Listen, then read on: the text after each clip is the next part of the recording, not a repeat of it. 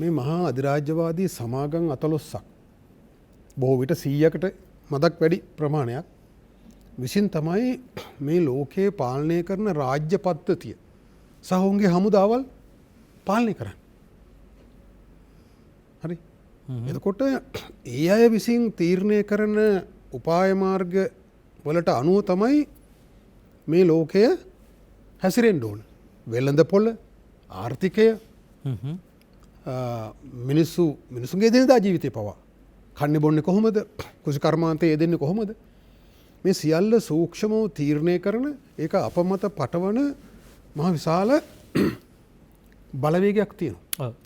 ඔවුන් මුල් යුගයේ ඒ කියන්නේ මේ අධිරාජ්‍යවාදී රටවල් ලෝකයේ සෙසු රටවල් යටත් කරගෙන ඔවුන්ගේ සම්පත් කොල්ල කෑම ඔවුන් දිගින් දිගට යටත් වැසියන් ලෙස පවත්වාගෙන යාම සඳහා අවශ්‍ය පූර්ව කොන්දේසි සැපිරීම අර සෙනරත්තිස්ලා මහත්තයා කිව්වා වගේ මානසික වහල්භාවයට පත් කිරීම ඔවුන් තමයි උසස් අධිරාජ්‍යවාදීන්ගේ සංස්කෘතිය බොහොම උසස් උන්ගේ භාෂාව උසස් එහෙම පිළි අරගෙන ජීවත් වෙන්න ඕන කියන විදිහේ අධ්‍යාපන ක්‍රමයක් ඇතුලේ මේ මිනිස්සු පුංචි කරලා එහෙම විවිධ ක්‍රමවේද පාවිච්චි කරා.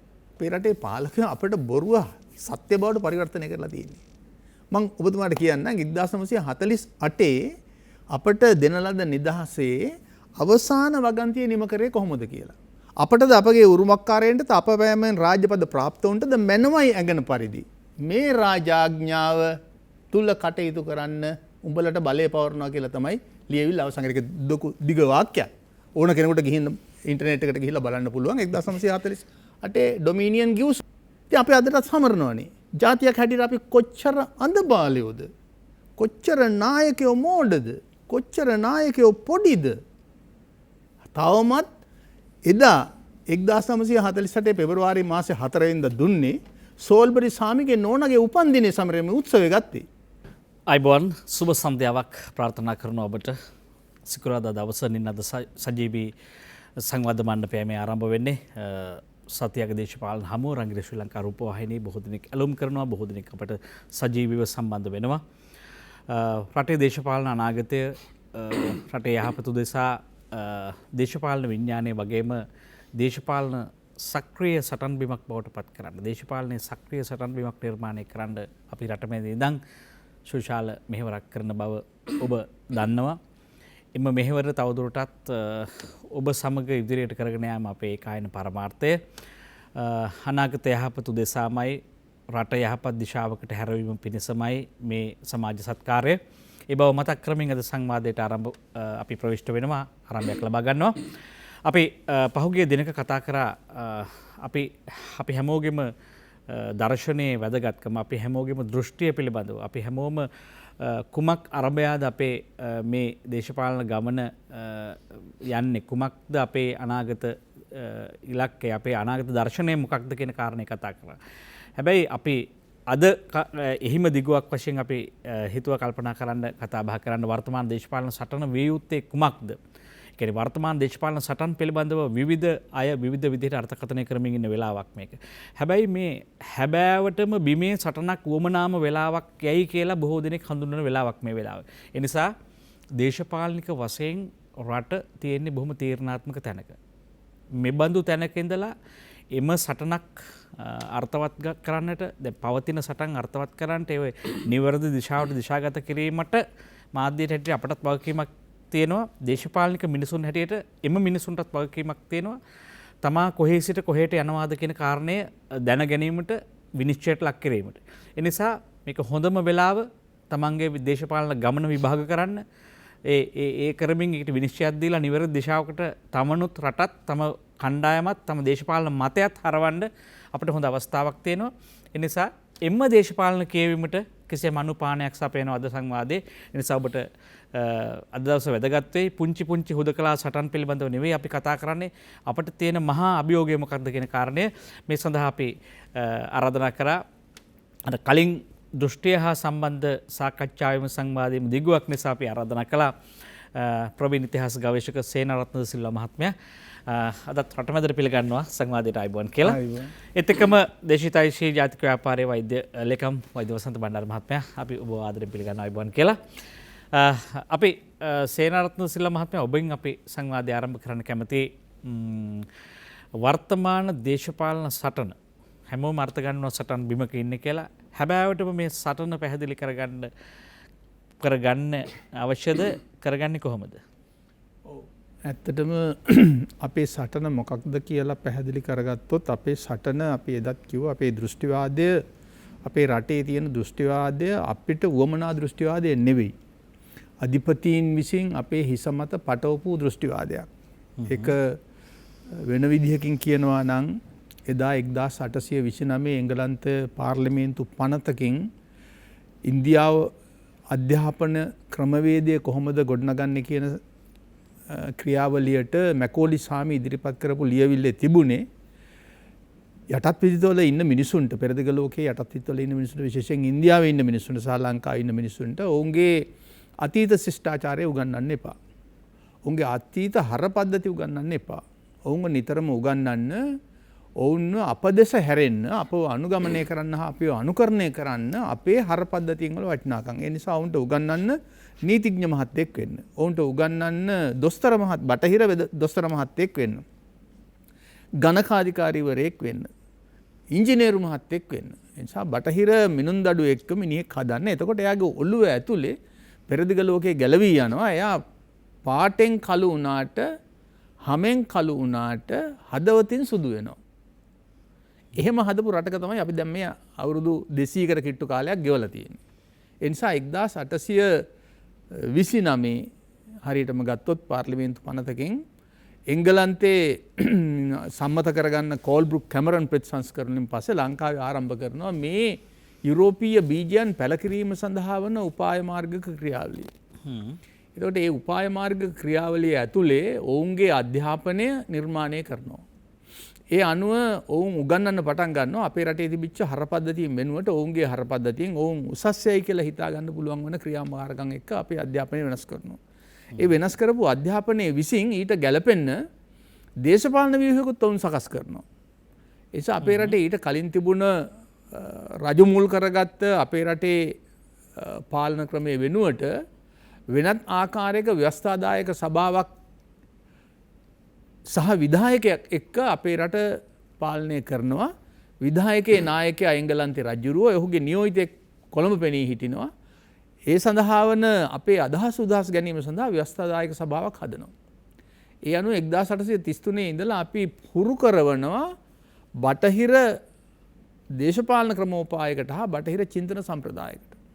ඒ නිසා අද අපි ඉන්නේ මේ දෙක අපේ හිස ඇතුලේ පුරවගෙන. ඒ නිසා මේක තුල අධිරාජ්‍ය විරෝධී අරගලයේ ක්‍රියාකාරකම් අර ඔබතුමා කිව්ව මතක් කරපු ආකාරයට අපේ දෘෂ්ටිවාදයට අදාළ වන ක්‍රියාකාරකම් ඒක තුලින් ආරම්භ කරන්න බෑ.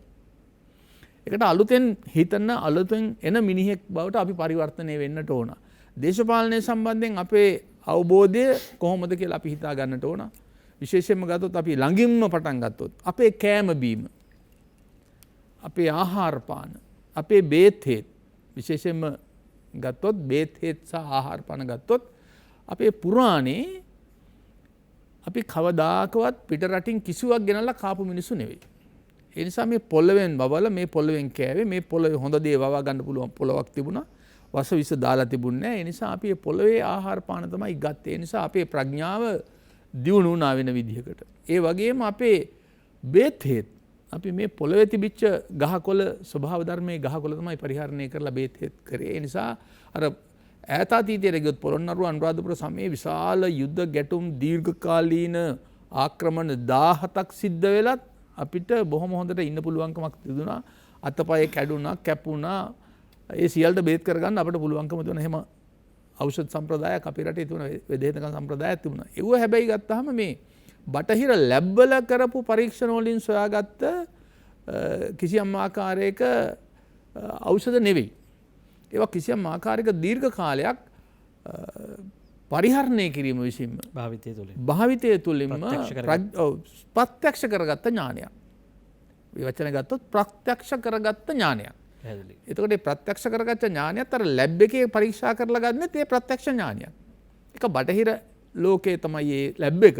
අපිට එහෙම ලැබ් තිබුණේ නැහැ. අපි දීර්ඝ කාලයක් අවබෝධය ලබා ගත්තා මේ ප්‍රත්‍යක්ෂ මේ වැඩේ කරගෙන යනකොට ඇතිවෙච්ච දේවලුත් එක. ඒ නිසා අපි කිසියම් ආකාරයක ඒ අනුපානයන් ප්‍රමාණයන් නිශ්චය කරගත්තා දීර්ඝ කාලයක් මේ සભ્યත්වයේ ඇතුලේ. ඒ නිසා මෙතන විශේෂයෙන්ම කැම්බීම් බේත් හේත් දෙක ගැන පමණක් මම කිව්වොත් මෙව්වා පවත්වාගෙන ඒම සඳහා දිග කාලයක ඉඳලා කොහේ හරි සූප ශාස්ත්‍රයන් තිබුණේ නැහැ.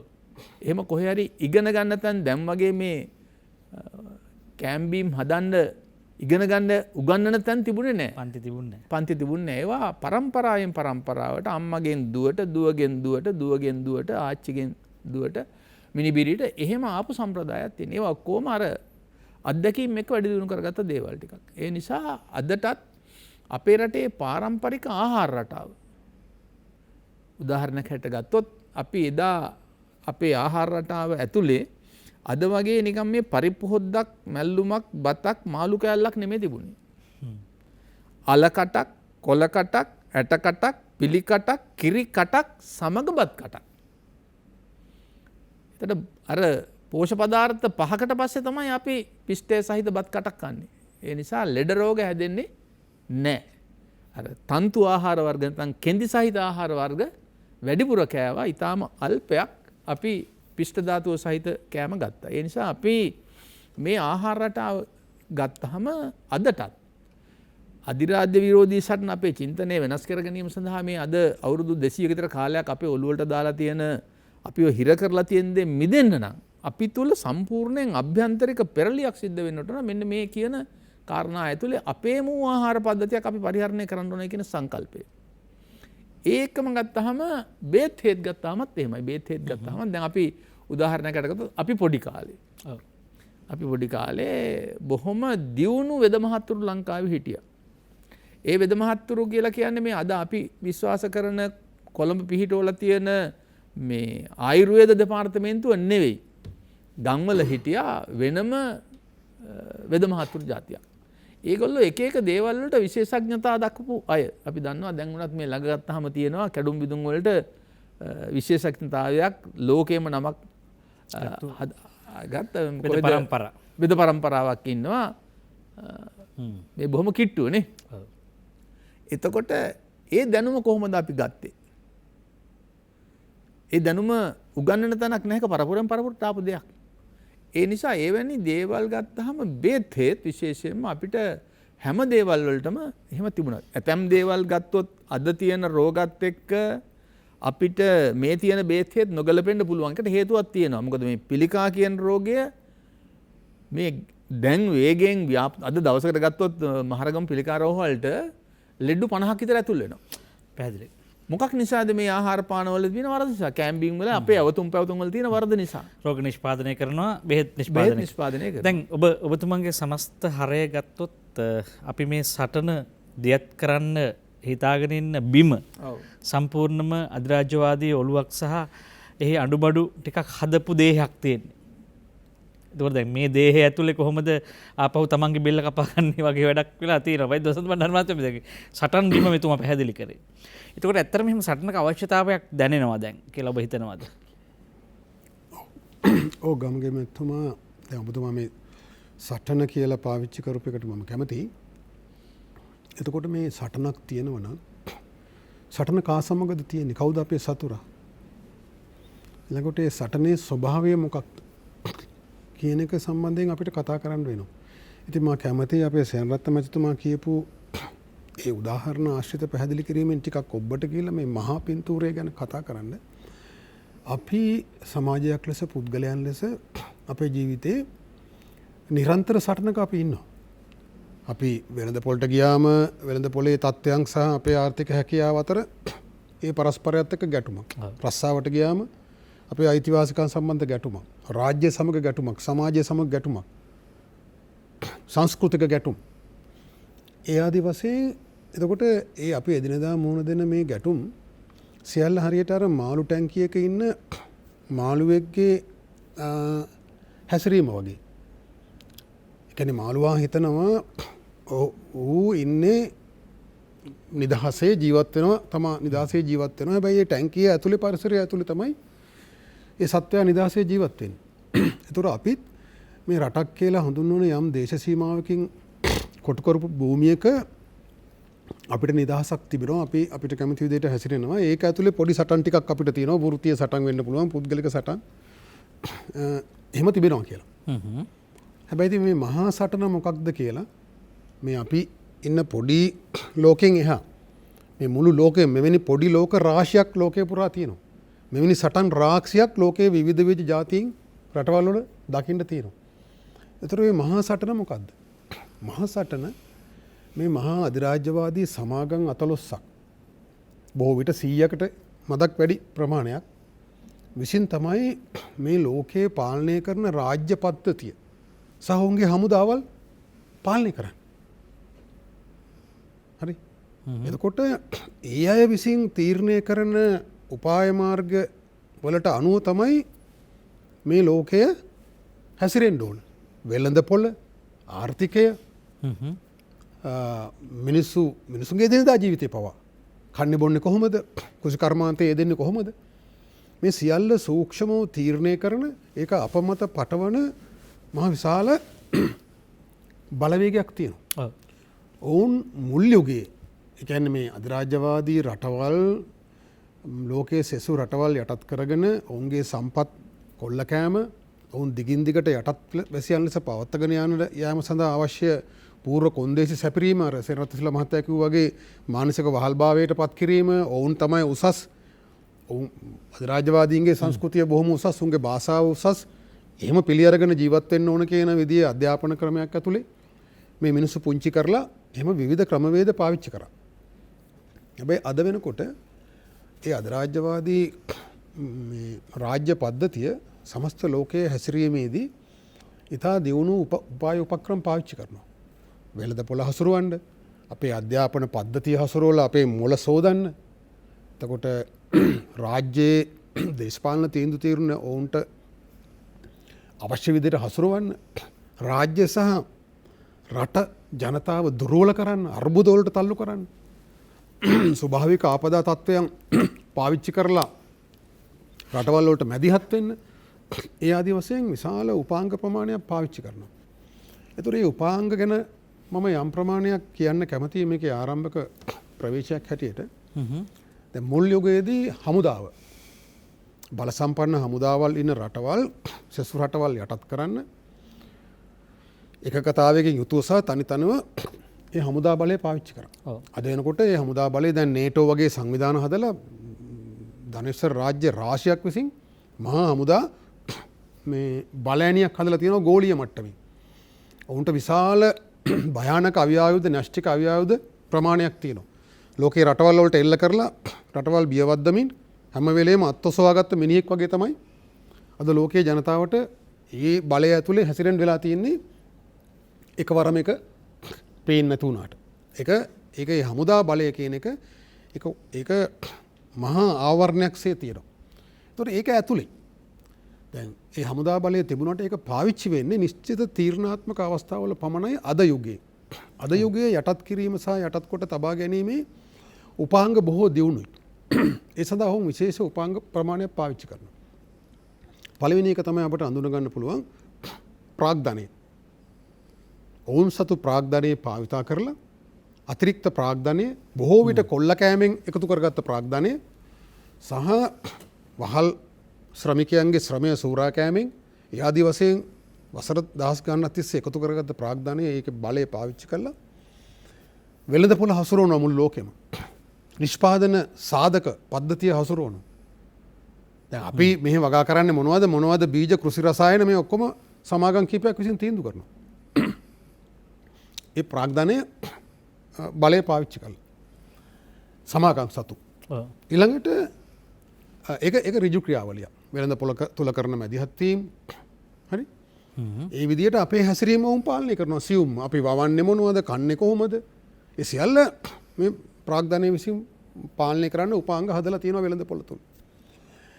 ඊට උඩින් රාජ්‍ය පාලනය කරන්න රාජ්‍ය තීන්දුව తీරන ගණනාකාරය පාලනය කරන්න ඔවුන් විශාල බහුපාර්ශවීය ආයතන පද්ධතියක් හදලා තියෙනවා. එක්සත් ජාතීන්ගේ සංවිධානයේ, ලෝක බැංකුව, මූල්‍ය අරමුදල.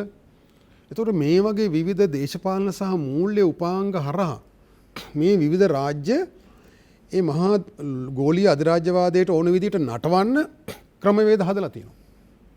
ඒ මහා ජාත්‍යන්තර බහුපාර්ශ්වීය ආයතන පද්ධතිය. ඒ ආයතන පද්ධතිය යම් ආකාරයකට දේශපාලන මූල්‍යමය සහ ආර්ථික වෙළඳ ගිවිසුම් පාවිච්චි කරනවා. ඔව්. ඊට අමතරව ප්‍රධාන වශයෙන් පාවිච්චි වෙන්නේ මූල්‍ය උපාංග. ණයක් දෙනවා ණය ගන්න නම් මෙහෙම හැසිරියන්. අර රිලවට කෙසල් ගෙඩි දෙනවා වගේ මෙහෙම නැටුවොත් තමයි මේක හම්බෙන්නේ. මේ විදිහට නීති පද්ධතිය වෙනස් කරපන්, මේ විදිහට මේ දේවල් කරපන්, වෙළඳ පොළ වෙනස් කරපන්, ඒතර තමයි අපි ණය දෙන්නේ. ඒතර විශාල ඒ අධිරාජ්‍යවාදීන්ට සූරා කෑමට අවශ්‍ය මේ රටවල් දීර්ඝකාලීනව යටත් කරලා තියාගන්න අවශ්‍ය ඒ පදනම හදාගන්නේ ඒ අය ලව්වම මූල්‍ය උපාංග හරහා. ඊළඟට ඍජු මැදිහත් වීම කරන රාජ්‍ය නොවන සංවිධාන විශාල වශයෙන් මුදල් භාවිතා කරලා ඒ රටවල් ඇතුළෙන්ම විවිධ පිරිස් මොළ සෝදලා ඔවුන්ට මුදල් දීලා සංවිධාන හදලා ඒ සමාජය තුළ ඒ අවනත වීමේ මානසිකත්වය අධිරාජ්‍යවාදය සමග ගැටුමට නොයන ඔවුන්ගේ සූත්‍රය ඔවුන්ගේ වට්ටෝරුවට අනුව ජීවත් වෙන මිනිහෙක් හදන මානසික පසුබිම හදන්න අර සාල මේ ප්‍රචාරක මානසික යුදෝපක්‍රම ක්‍රියාවලියක් තියෙනවා. එවැනි සංවිධාන ජාලයක් පාවිච්චි කරලා ආණ්ඩු මාරු කරන්න පවා ගැටුම් ඇති කරන්න ඒවා පාවිච්චි කරනවා. එක්තරා කාලයක ඇමරිකාව ගත්තොත් පීස් කෝප්ස් කියලා ඔවුන්ගේ මූ හමුදාවක් රටවල් ඇතුළට එවනවා ස්විච්චාවෙන් වැඩ කරන්න. ඒතර ඔත්තු බලන්න ගැටුම් ඇති කරන්න පාවිච්චි කරේ ඒ ඇමරිකන් රාජ්‍ය විසින්ම හදපු හමුදාවක්. නමුත් දැන් ඒ වෙනුවට ඒකත් පාවිච්චි කරන යම් ප්‍රමාණයකට විශාල වශයෙන් මේ රාජ්‍ය නොවන සංවිධාන ජාලවලින් මේ මිනිසුන්ගේ මතය හසුරවන ඒ යටත් කොට තබා ගැනීමේ මනෝභාවය හදන ක්‍රියාන්විතයේ දියත් වෙනවා. වෙළඳපොළ තුල රාජ්‍ය තුල අර කියන මූල්‍ය උපාංග හරහා විශාල වෙනස්කම් කරනවා අපිට ඒ විදිහට නටන්න ඒ විදිහට හැසිරෙන්න සිද්ධ වෙලා තියෙනවා. ඒතර මේ මහා බලපෑමෙන් ගැලවෙන්න නම් කියන්නේ සැබෑ නිදහස කියලා අපි හඳුන්වන මේ ප්‍රාග්ධන වියගහෙන් මේ ආධිපත්‍යයෙන් යුදමය ආධිපත්‍යයෙන් දේශපාලන යටත් කිරීමෙන් මූල්‍ය උපාංග මගින් යටත් කිරීම සංස්කෘතික ආක්‍රමණය විවිධ අද වෙනකොට මේ සමාජ මාධ්‍ය දාලා හරහා අපට නොදැනෙන්න අපේ හර පද්ධතියට අපේ වටිනාකම් පද්ධතියට විශාල ප්‍රහාරයක් එල්ල වෙනවා. අපි ඒක දන්නේ නැහැ. අපි නිරන්තරයෙන් මේ ප්‍රහාරයට ලක් වෙමින් ඒක ඉවසා දරාගෙන සිටිනවා. එතකොට දැන් අද අපේ තරුණ පරම්පරාව ගත්තම අර කියන ඒ වහල් මානසිකත්වයේ සහිතව අභිමානය තමන්ගේ ජාතිය ගැන තමන් ගැන අභිමානයක් නැති අර මැකෝලිසාමි කියපු දරුවා මැකෝලිගේ දරුවා අද එදාට වඩා මැකෝලි යුගයෙන් අවුරුදු අද 200 ගානක් පහුවෙලා අද ඒ දරුවා ඉන්නවා මැකෝලි හදපු දරුවා තමාගේ ජාතිය ගැන තමාගේ සංස්කෘතිය ගැන තමාගේ සભ્યත්ව උරුමය ගැන ආඩම්බරයක් නැති අහසේ පාවෙන බටහිර සියල්ල උසස් කියලා හිතන පාවෙන මිනිහෙක් හදනවා. ඒතර මේ මිනිහා නිකන් ජීව විද්‍යාත්මක ඒකකයක්. කන බොන අර කියන මහා අධිරාජ්‍යවාදී න්‍යාය පත්‍රයට ඕන වැඩ ටික කරන ඒ මහා යන්ත්‍රයේ ඇනමුරිච්චයක් වෙච්ච මිනිහෙක් ඉන්නවා. ඒතර මේ මිනිහට ඒකත් එක්ක ගැටුමක් නැහැ. ඔබතුමා මේ කියන්නේ දැන් ඒ ක්‍රමය ඇතුළේ දැන් අලුත් වහලෙක් හදලා තියෙනවා කියන කතාව ඔය කියන්නේ. ඔව් පැහැදිලිවම ඔහුට තේරෙනවද වහලෙක් කියලා ඔහු පිළිගයිද? දැන් මේ වෙලාවේ අපි මේ සුවහසක් ජනයාට ප්‍රහාරයක් කිව්වට මේ තරුණයාට හෝ ප්‍රහාරයකට ඔවුන් දන්නවද මේක? ඔවුන්ට තේරෙනවද? ඔවුන්ට දැනෙලා තියෙනවද? නෑ සාමාන්‍ය ස්වභාවයෙන්ම ගමගේ මැතිතුමා භෞතිකව මේ වහල් භාවය කියන එක අතට දැන්වල් දාලා බෙල්ලට දැන්වල් දාලා තිබුණා මේක දැනෙනවා. ඒක පීඩාව දැනෙනවා. හැබැයි මානසික වහල් භාවය කියන්නේ ඒක එහෙම පීඩාව දැනෙන්නේ නැහැ. ඒක සමහරට සතුටක් සුවයක්සේ දැනෙන්නත් පුළුවන්. තමන් ආස්වාදනය කරනවා. ඒ කියන්නේ මානසික වහල් භාවයේ ගිලී ඉන්න මිනිහෙක් කියන්නේ ගඟේ පහළට පීනන කෙනෙක්. නමුත් ඊට ඒකෙන් ගැලවෙන්න උත්සාහ කරන මිනිහෙක් හරි එහෙම නැත්නම් ඒ වහල් භාවයට එරෙහිව තමා තුළම අරගල කරන මිනිහෙක්. ඔව්. උඩුගම් බලා පීනන මිනිහෙක්. එයාට අමාරුයි. දැන් මේ සමස්ත කතාව ඇතුළේ ඔබතුමා ගේන අර්ථය ධනවාදයට නැත්නම් මේ ප්‍රාග්ධනයට එරෙහිව නැත්නම් ප්‍රාග්ධනය හසුරවන්නන්ට එරෙහිව දියත් කරන මහා විප්ලවයක් පිළිබඳව මේ කතාව. නෑ මේක සදාකාලික ගැටුමක්. කියන්නේ පීඩිතයා සහ පාලිතයා අතර ගැටුම. සදාකාලික තියෙනවා පීඩකයා අතර ගැටුම. ප්‍රාග්ධන හිමියා සහ කම්කරුවා අතර ගැටුම. සංස්කෘතික මේ වෙනස්කම් අතර සભ્યත්වය අතර ගැටුම. හරි? ඒක ස්වභාවිකයි. එතකොට ඒ සියලු ගැටුම් ඇතුලේ මේ යටත් කිරීමේ මහා උපාංග මොනවද කියන එක අපි හඳුනගත්තොත් තමයි අපිට ඒ යටත්වීමෙන් ගැලවීමේ ඒ යටත්වීමෙන් ගැලවීමේ ක්‍රියාන්විතය කියන එක ලෝක ජීවිතය කියන්නේ. අපි එදිනදා ජීවිතේ සැමයටම කරනවා සිරණත මිල සහෝදරයා කිව්වා වගේ අපි කෑම බීම කද්දී අපිට අද මේ වෙළඳ පොළ ඇතුලෙන් අපේ ආහාර සුරක්ෂිතතාවයේ බලපල්ලට යවලා ආනයනය කරපු ආහාර කකා ජීවත් වෙන ආහාර සංස්කෘතියක් හදලා තියෙනවා. ඒකට අදාළ මනස හදලා තියෙනවා. ආයතන පද්ධතිය වෙළඳ පොළ හදලා තියෙනවා. එතකොට ඒකත් එක්ක ජීවත් වෙන එක පහසුයි. ඒකට එරෙහිව ගැටුම හදාගන්නේ අර කියන මානසික වහල්භාවයෙන් ගිලිච්ච මිනිහා. මොකද්ද මේ අපි කරන්නේ? අපි මේ ඒ සම්බන්ධව කතා කරමු. මෙතුමට විරාමයට කලින් පොඩි මොහොතක් දෙන්නම්. දැන් අපි දැන් මේ නව නිදහස් නව ලිබරල් ආර්ථිකයක් ඇතුලේ හැසිරෙන මිනිස්සු. අපි දැන් මේ විප්ලවයට දුර ගියා වැඩි නැද්ද? මේ නහරගත වෙලා නැද්ද? මේ සමාජය ආපසු හරවන්න පුළුවන්ද වයි කියන එකක් දැන් මේ සටනක් කතා කරන්නේ. මේ සටන් බිම ආය හදන්න පුළුවන්ද කියන එක ඔබතුමා විශ්වාස කරනවද? සටන් බිම හදන්න පුළුවන් කියන එක නෙමෙයි, සටන් බිම හදන්න ඕන. එහෙම නැත්නම් කවදාකවත් අපිට මේ තියෙන වහල්භාවයෙන් නිදහස් වෙන්න බෑ. මම උදාහරණයක් හැටියට ගත්තොත් අසලසි ඉන්දියාවත් එක්ක අපි ගත්තොත් එහෙම ඉන්දියාවත් හිටියේ මේ වගේ තැනක තමයි. හැබැයි ඉන්දියාව කිසියම් ආකාරයකින් ගාන්ධිතුමා විසින් ඉන්දියාවට කවපු ජීවය සමාජවාදය හෝ වෙන දෙයක් නෙමෙයි. ඉන්දියාවක් හැදීම සම්බන්ධයෙන් ඉන්දියානුවාට කිසියම් ආකාරයක චින්තනයක්, ඉන්දියානුවාට කිසියම් අභිමානයක් නිර්මාණය කරන්න ගත්ත උත්සාහය විසින් තමයි නව ඉන්දියාවක් බිහි වෙන්නේ. අපිට තියෙන ප්‍රධානම ඛේදවාචකය තමයි ශ්‍රී ලාංකිකයෙක්, අභිමානවත් ශ්‍රී ලාංකිකයෙක් නිර්මාණය කිරීම සම්බන්ධයෙන් අපේ කිසිදු සමාජ ව්‍යාපාරයක් තවම ඉදිරිපත් වෙලා නැහැ ජයග්‍රහණී තත්ත්වයට ගේන්න. එහෙම 1860 ගණන් වල පටන් ගත්තා අපේ ශ්‍රීමත් අනගාരിക ධර්මපාලතුමන් කිසියම් ආකාරයක අභිමානවත් මිනිහෙක් පිළිබඳ මිනිහෙක්ව හදන්න. නමුත් අපි පසුගා ඒ ව්‍යාපාරයට සම්පූර්ණයෙන්ම ඊට පස්සේ අපේ රටේ ජාතික මට්ටමේ නායකයෝ සියලු දෙනා එක්ක ගහලා පන්නලා එතුමාව ඉන්දියාවට යවලා මරලා දැම්මා. හැබැයි සේනත් මහත්තයා දැන් මේ මෙතන පොඩි ගැටුමක් එන්නේ නැද්ද, විවාදයක් එන්නේ නැද්ද? දැන් අපි කියමු ස්වරාජ්‍යයන් හදන්න පුළුවන්, ඉන්දියාව හදන්න පුළුවන්, චීනය හදන්න පුළුවන්. හැබැයි මේ සටනේ කේන්ද්‍රීය ලක්ෂණ වෙන ලාභය සහ ප්‍රාග්ධනය කියන දේ අපි මේකෙන් බැහැර නොකරොත් එම හැදෙන රටවල් තව රටවල් යටත් කරගන්න නැද්ද? දැන් අපි අද වගේ රටකට දැන් අද සමහරට වෙන රටවලට වඩා මේ අසල්වාසී රටවලින් බලපෑම් තියෙන්න පුළුවන්. මම කියන්නේ මේ සටන් බිමේ ස්වරූපය රට කවුද කියනට වඩා මේ සටනේ මූලික සංකල්පය, මූලික සංඝටකයේ ලාභය හා බලය නම්, බලය හා ප්‍රාග්ධනය නම්, ලාභය හා බලය කේන්ද්‍ර කරගත්තු ඒ මූලික දර්ශනය නේද වැරද්ද තියෙන්නේ? රටේ දැන් ඒක හදන්න නැතුව රටවල් හැදුවට වැරද්ද නෑ. ඒක එහෙම වෙන්නේ නෑ. ප්‍රාග්ධනය කියන එක ලෝකයේ සංවර්ධනය සඳහා ධනවාදී සමාජය විසින් හොයාගත්ත උපාංගයක්. ඒ ප්‍රාග්ධනය නිර්මාණය වුණේ නැත්නම් අපට ගුවන් යානාවක් හම්බෙන්නේ නැහැ. ප්‍රාග්ධනය නිර්මාණය නොවුණා නම් දැවැන්ත නෞකා හම්බෙන්නේ නැහැ. දැවැන්ත ඉදිකිරීම් සියල්ල, දැවැන්ත විශාල නිර්මාණ සියල්ල කරන්න තනි පුද්ගල ප්‍රාග්ධනයක් යොදවන්නේ නැහැ පර්යේෂණයක් සඳහා ආරම්භයේදී.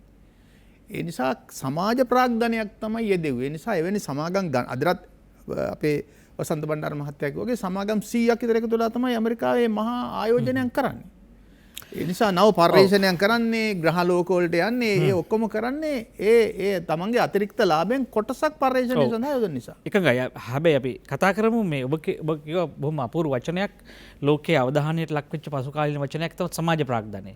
ඒක සමාජ ප්‍රාග්ධනය කියන එක ලොකු සම්පතක් සටනකට වැදගත් වෙනවා. ඒ කියන්නේ ඒ සමාජ ප්‍රාග්ධනය ඇතුලේ ඒ මහා සමාජයේ තේරුම් ගත්තොත් Tamanට සටනක් තේනවා, සතුරෙක් ඉන්නවා, සටන් බිමක් තේනවා කියලා. මම හිතන්නේ ඒක බොහොම සාධනීය ලක්ෂණයක් රටකට, ජාතියකට.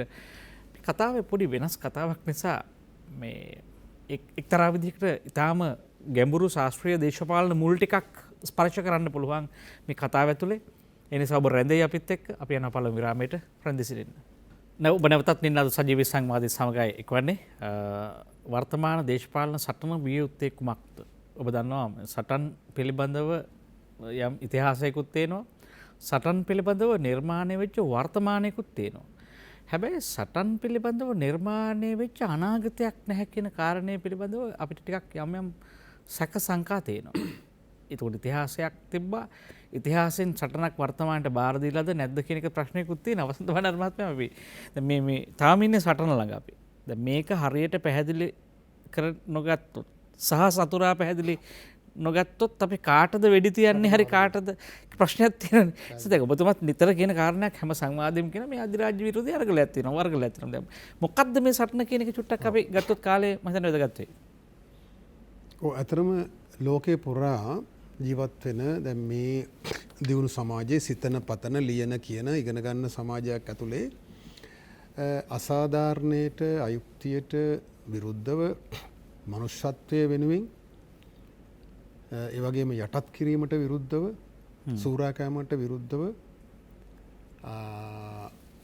සටනක් තියෙනවා. ඒක සමාජවාදයෙන් උනත් අවසන් වෙන එකක් නෙවෙයි. බොහෝ අය විශ්වාස කරනවා සමාජවාදී සමාජයක් ගොඩනැගීමෙන් මේ බොහෝ සටන් අවසන් වෙනවා කියලා. නමුත් එහෙම වෙන්නේ නැහැ. ඒක ඇතුළෙත් මේ සටන තියෙනවා. මොකද අධිරාජ්‍යවාදයේ බලපෑම අහෝසි වෙන්නේ නැහැ සමාජවාද යම් කිසි රටක් සමාජවාදයේ ගොඩනැගූ පමණින්. එතකොට මේ අධිරාජ්‍යවාදය ලෝකයේ පුරා ලෝකයේ පාලනය කරන්නේ මේ ප්‍රාග්ධන ආධිපත්‍ය හරහා. ප්‍රාග්ධන ආධිපත්‍ය යොදා ගනිමින් විවිධ උපාංග හසුරුවලා තමයි මේ මාර කියපු වෙළඳපොළ සමාජය දේශපාලන සංස්කෘතිය ඒ සියල්ල සාධක හසුරුවන්නේ. ඒතකොට මේ ප්‍රාග්ධන බලය ආධිපත්‍යයේ ගොඩනැගෙන ප්‍රධාන ක්‍රමවේද දෙකක් තියෙනවා. එකක් අපි මේ ධනපති ක්‍රමයේ තුල අපි න්‍යායාත්මකව දකින ප්‍රාග්ධනයේ එකතු වෙන විදිය. ඒ කියන්නේ අතිරික්ත ශ්‍රමයේ සුරා කෑමෙන් තමයි ඒක මාක්ස්වාදයට අනුවත් සාමාන්‍ය එදිනෙදා ජීවිත අත්දැකීම් අනුවත් අපි දන්නවා. ඒක ශ්‍රමයේ අතිරික්තය තමයි ප්‍රාග්ධනයේ ලෙස එකතු වෙන්නේ. ඒ කියන්නේ ශ්‍රමයේ වැඩිපුර සුරා කෑවොත් වහලුන් ලෙස හෝ මේ කියන වැඩවසම් ක්‍රමයේ තුල හරි මේක තුලත් මේ පවතින කම්කරු වෙළඳපොළ තුලත් ශ්‍රමයේ සූරා කෑමෙන් ප්‍රාග්ධනය එකතු වෙනවා. ඊළඟට මූල්‍ය ආයෝජනය මගින් මූල්‍ය ප්‍රාග්ධනය මගින් පෙරලා ප්‍රාග්ධනය ගුණණය වෙනවා. ඊළඟට බුද්ධිමය දේපල අයිතිය. ඒකෙන් ප්‍රාග්ධනය වර්ධනය කරනවා. අන් අයට ඒ අයිතිය නැහැ. බුද්ධිමය දේපල අයිතිය තියෙන කෙනාට වැඩි ලාභයක් ගන්න භාණ්ඩයකට හැකියාව ලැබෙනවා. කම්පියුටරේ සොෆ්ට්වෙයාර් ඔව්. එතකොට ඒ ආදී වශයෙන් මේ ආර්ථික ක්‍රියාවලිය ඒක සර්ව සාධාරණ නොවෙන්න පුළුවන්. නමුත් ලෝකයේ පවතින සාධාරණයයි පෙනෙන ආර්ථික ක්‍රියාවලිය තුල ඔවුන්ගේ ප්‍රාග්ධනය එකතු කරගන්නවා. ඒ ආධිපත්‍යය ගොඩනගා ගන්නවා. ඒකට විවිධ අයුතු වෙළඳපොළ උපාංග ජාත්‍යන්තර නීති මේ ලෝක වෙළඳ සංවිධානයේ නීති මූල්‍ය උපාංග මගින් වෙළඳපොළ වෙනස් කරලා වෙළඳපොළ තුළ මිල විකෘති ඇති කරලා සල්ලි දීලා රාජ්‍ය නියාමන ආයතන වල මිනිස්සු මිලදී අරගෙන ඒක අපි කතා කරමු මේ උපාංග ගැන. ඒතොර එහෙම තමයි අර ක්‍රියාවලිය අර සාධාරණයයි පෙනෙන ප්‍රාග්ධනයේ එකතු වීම ක්‍රියාවලිය වෙන්නේ අර කියන විවිධ උපාංග හරහා ඒවා විකෘති කිරීමෙන් ඒවා හැසිරවීමෙන්. ඒක එලිපිට පේන්නේ නැහැ මිනිස්සෙකුට. ඔව්. සාමාන්‍ය කෙනෙකුට ඒක පේන්නේ නැහැ. ඒක විශ්ලේෂණය කිරීමෙන් තමයි අපිට මේක විවච්ඡේදනය කරාම තමයි පේන්නේ. අර කාය විවච්ඡේදනය කරනවා වගේ කපල කොටලා බැලුවම තමයි පේන්නේ. ඒතකොට ඊළඟ ක්‍රමය. ඒක මේ මෑත කාලෙත් මේ ඩේවිඩ් හාවි කියලා මේ දේශපාලන විචාරකයෙක් පොතක් නිකුත් කරා නව අධිරාජ්‍යවාදී කියලා. ඒකෙදී ඔහු පැහැදිලි කරනවා මේ ප්‍රාග්ධනය එකතු වෙන ප්‍රධාන ක්‍රමවේදය අර කියන අර සම්ප්‍රදායනුකූල ශ්‍රමයේ සූරා කෑමේ ක්‍රමවේදය ඉක්මවා යන ක්‍රමවේදය තමයි. ඒක අතීතයේ තිබුණ අදත් තියෙනවා. නව ක්‍රමවේදය වෙනස් කියලා ඔහු කියනවා. ඔය ඉංග්‍රීසියෙන් කියන්නේ ඒකට accumulation by disposition කියලා. ඒ කියන්නේ බලහත්කාරයෙන් අත්පත් කර ගැනීම. ඒක එදා රාජ්‍ය හමුදාව යොදලා යටත් කර ගැනීම තමයි එදා ප්‍රධාන වශයෙන් අපිට පෙනෙන්න තිබුණේ. හැබැයි අද ඊට වඩා විවිධ සූක්ෂම උපහාංග හරහා අපිව අපේ දේපල කොල්ල කන සම්පත් කොල්ල කන උදාහරණයක් ගන්න දැන් වරායේ ප්‍රශ්නේ. දැන් වරායේ ප්‍රශ්නේදී දේශපාලන බලය පාවිච්චි කරනවා. ඉන්දියාව දේශපාලන බලය මේක නොදුන්නොත් ප්‍රශ්න වලට මුහුණ දෙන්න සිද්ධ වෙයි. ඔවුන්ගේ යුද හමුදාව පාවිච්චි කරන්නේ නැතුණාට ඒ මිලිටරි ආධිපත්‍යය පෙන්නලා බිය ගැනීමක් කරනවා. ඒ නිසා වරාය අපිට ඕන. ඒතර මහා සම්පතක් තුට්ටු දෙකට ඔවුන් ලබා ගන්නවා. බලහත්කාරයෙන් ඒ සම්පත ලබා ගන්නවා. ඒක යුදමේ භාවිතාවට ගන්න පුළුවන් ආර්ථික ප්‍රාග්ධනය එකතු කර ගැනීමටත් ඒක භාවිතා වෙනවා. ඒතර ඒ වගේම දේශපාලන බලය පාවිච්චි කරලා රටවල් දුර්වල කරලා උදව් කිරීමේ නාමයෙන් ඉදිරිපත් වෙලා ඒකට කියනවා ආපදා අධිරාජ්‍යවාදය කියලා. විශේෂයෙන්ම ආපදාවකට ලක් වුණාම සුනාමිය ආපදාව වෙන්න පුළුවන්, පාස්කු ප්‍රහාරය වෙන්න පුළුවන්. එතකොට ඔවුන් දොරක් විවෘත කරගන්නවා, ඉඩක් හදාගන්නවා මේවට ඇතුල් වෙලා අතපය දාගන්න. ඉතින් අවසානයේ ඒ ප්‍රාග්ධනය එකතු කර ගැනීම සහ දීර්ඝකාලීනව මේ ජාතීන් යටත් කරලා තියාගන්න මානසිකව, දේශපාලන වශයෙන්, සංස්කෘතික වශයෙන්, ආර්ථික වශයෙන් ක්‍රමවේද පද්ධතියක් සකස් කරලා තියෙනවා. විවිධ උපාංග ඒ සඳහා භාවිතා වෙනවා. සමහර උපාංග බොහොම සූක්ෂම මානසික යුද උපක්‍රම. දැන් මිනිහෙකුට දැන් මිනිහෙකුට දැන් මේ ඇත්තටම මිනිහෙකුට ජීවත් වීමට තියෙන අවශ්‍යතා ටික සපුරා ගන්නවා නම් දැන් මේ බොහෝ දෙනෙක් කියන්නේ මේ පැත්තට අපිට දිනන්න පුළුවන් කියලා. මේවෙන් අපිට වාසි සැලසෙනවා කියලා. මේ ආර්ථික දේශපාලන රාමුව ඇතුලේ ඔහුට ඉන්න පුළුවන් නම් ඒක වැඩි ගැටලුවක් නැහැ කියලා නේද කියන්නේ? මොකද්ද මේ හදන සටන කියලා ප්‍රශ්නයක් තියෙනවා. ඔව් මෙහෙමයි. දැන් ලෝක ඉතිහාසයේ හැමදාම ලෝක ඉතිහාසය කියලා කියන්නේම මේ ගැටුම පිළිබඳව කතන්දරේ. ඒ කියන්නේ කුමන හෝ අසාධාරණයකට එරෙහිව දැනුම් තේරුම් ඇති මිනිස්සු ඒකට සටනක් කරනවා, ඒකට විරුද්ධ වෙනවා. තමා ශිෂ්ටාචාරයෙන් උරුම කරගත්ත යහපත් දේ පොළොවේ පැලකරන්න උත්සාහ කරනවා. එතකොට ගැටුමක් එනවා අයහපත් දේ සමග. හරි. එතකොට සමහරට අපි මේකේ මූලයන් දන්නේ අර කිව්වා වගේ මේ අධිරාජ්‍යවාදී මහා සමාගම් ටිකක් බොහොම සූක්ෂම මේව හසුරවනවා කියලා නොදන්න වෙන්න පුළුවන්. අපි අපිට පේන සටන් බිම ඇතුලේ අපේ දෙපතුල ගාව තියෙන සටන් බිමේ අපි සමහරවිට සටන් කරනවා. දැන් අපිට වෙන්නේ මොනවද කියලානේ වැදගත් වෙන්නේ. නමුත් සටනක් ජයග්‍රහණය කරන්න නම් මේ මූලය හඳුන ගන්න ඕනේ. ඒ උපාංග මොනවද? අධිරාජ්‍යවාදී බලවේග මේ අපිව ගැටුමට තල්ලු කරන්න, අපිව දුර්වල කරන්න, අපි නැගී සිටීම වළක්වන්න, අපි ඔවුන්ගේ ප්‍රහාරවලට ප්‍රතිපහාර දෙන එක වළක්වන්න ඔවුන් භාවිතා කරන උපාංග පෙරලා අසාර්ථක කරන්න අපි මොනවද යොදාගන්න කියන එක ඒක වළක්වන්න. ඔවුන් විවිධ ක්‍රමවේද යොදා ගන්නවා. මම නිකන් මූලික වශයෙන් කිව්වොත් දැන් හිතන්න ගැටුම් ඇති කිරීම. ඒක අපි කියනවා දේශපාලන අධිරාජ්‍යවාදී. ඒ කියන්නේ අපේ රටේ බෙදුම්වාදී සටනක් ඇති කළා. ඒක ඉන්දියානු ඇමරිකානු අධිරාජ්‍යවාදීන් එකතු වෙලා කරපු දෙයක්. ආයුධ දීලා පුහුණු කරලා මනස හදලා ව්‍යාජ ඉතිහාසයක් ලියලා අවුරුදු 100 ගානක් තිස්සේ ජාති පදනමින් කුල පදනමින් සමාජය බෙදලා මේ සටන ඇවුලුවා. දැන් මෑත කාලීනව ඉස්ලාම් අන්තවාදයේ පැතිරවීම. අපි දන්නවා ISIS සංවිධානයට ආයුධ දෙන්නේ පුහුණුව දෙන්නේ ඔක්කොම ඇමරිකාව. ඔවුන් තමයි ඔවුන්ව පුහුණු කරන්නේ. පෙරලා ඔවුන්ට පහර දීමේ මුවාවෙන් රටවල් යටත් කරන්නේ මේ දෙකම ඇමරිකාවේ වුමනාව. ඒතර ඉස්ලාම් අන්තවාදය පතුරෝල මරා ගන්න සලස්වලා අභ්‍යන්තරේ සමාජය අතර ගැටුම් ඇති කරලා ඔවුන්ට මහා සමාජයක් ලෙස ජාතියක් ලෙස එක්ව සටන් කිරීම වෙනුවට බෙදී මරා ගන්නා තත්ත්වයක් ඇති කරනවා.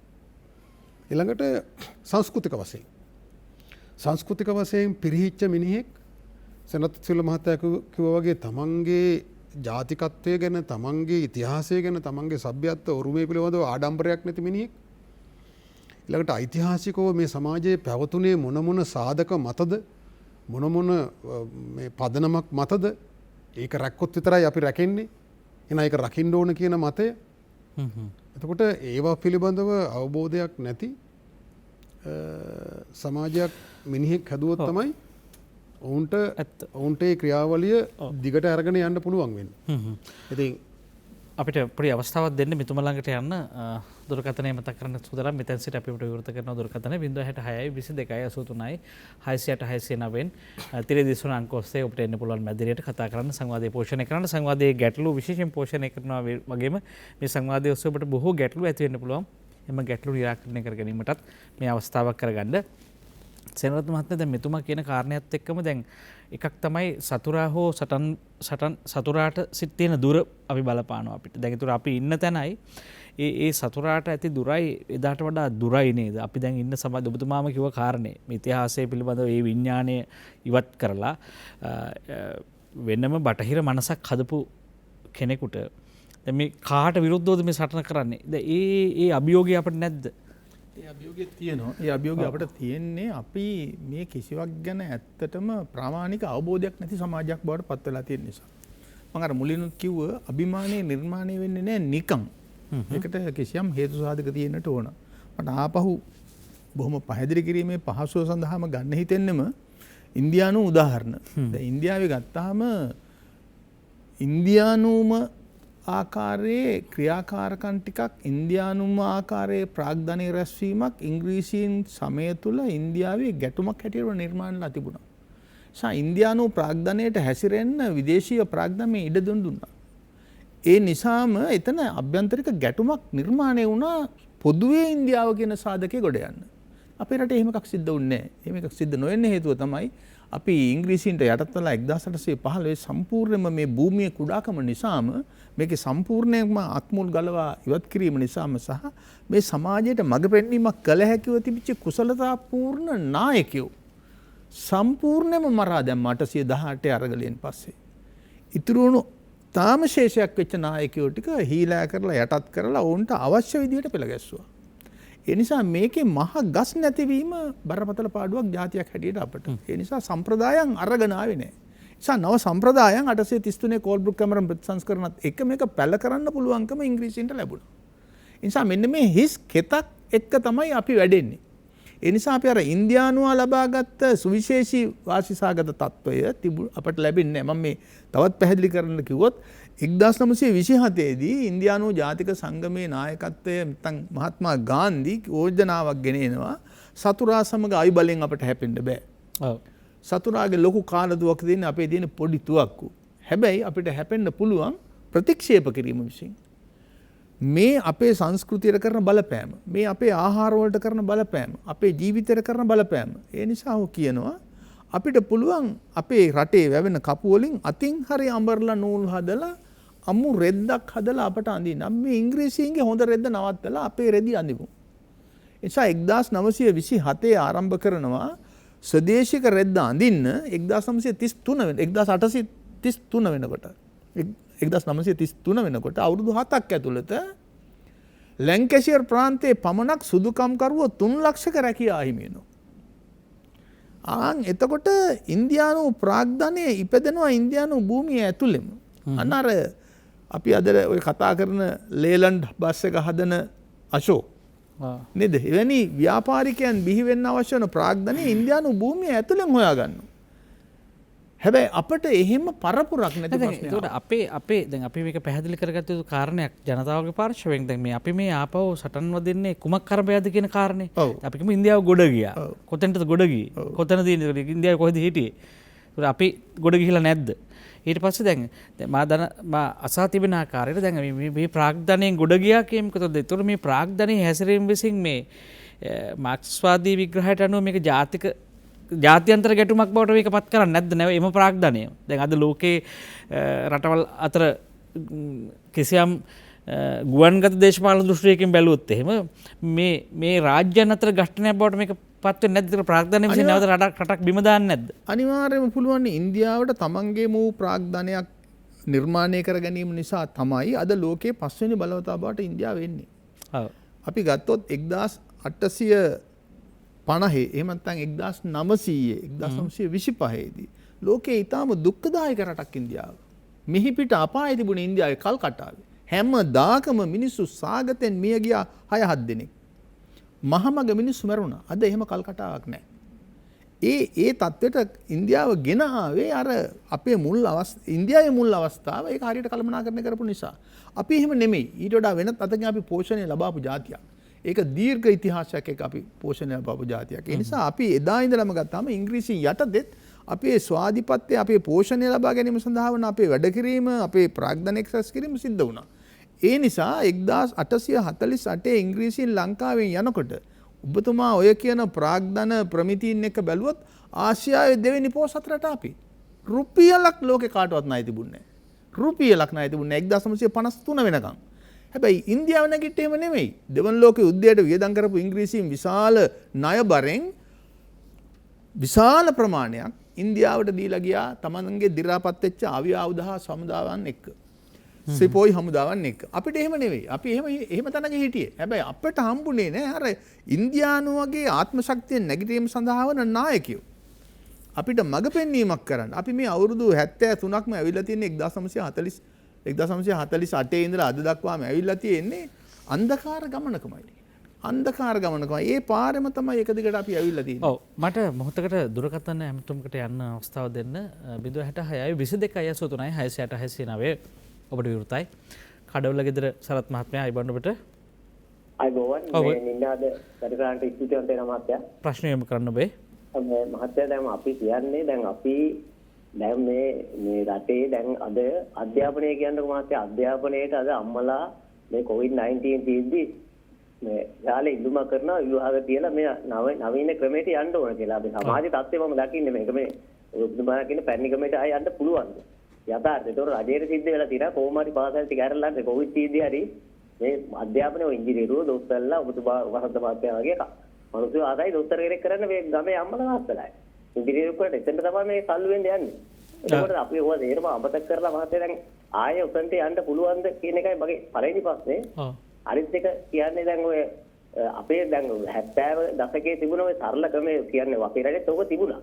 හැබැයි ඒක දැන් ටික ටික ඇවිල්ලා අර දැන් අර මධ්‍යම පන්තියේ මිනිස්සෙක් හැදිලා තියෙන. ඒකට දැන් අපි ඩෝල් 4000ට වැඩිය මේ රටක් සත්‍යෙටපත් වෙලා තියෙන්නේ. ඒක එදාට ආයේ විදිහට බෑ අද වැඩි පොලියට තමයි ගන්න දෙන්නේ. එතකොට අපිට උගන්ට යන්න පුළුවන්. අනිත් මේ දෙවිනි මාත්‍යා කියපු කතාව මම පිළිගන්නේ නැහැ.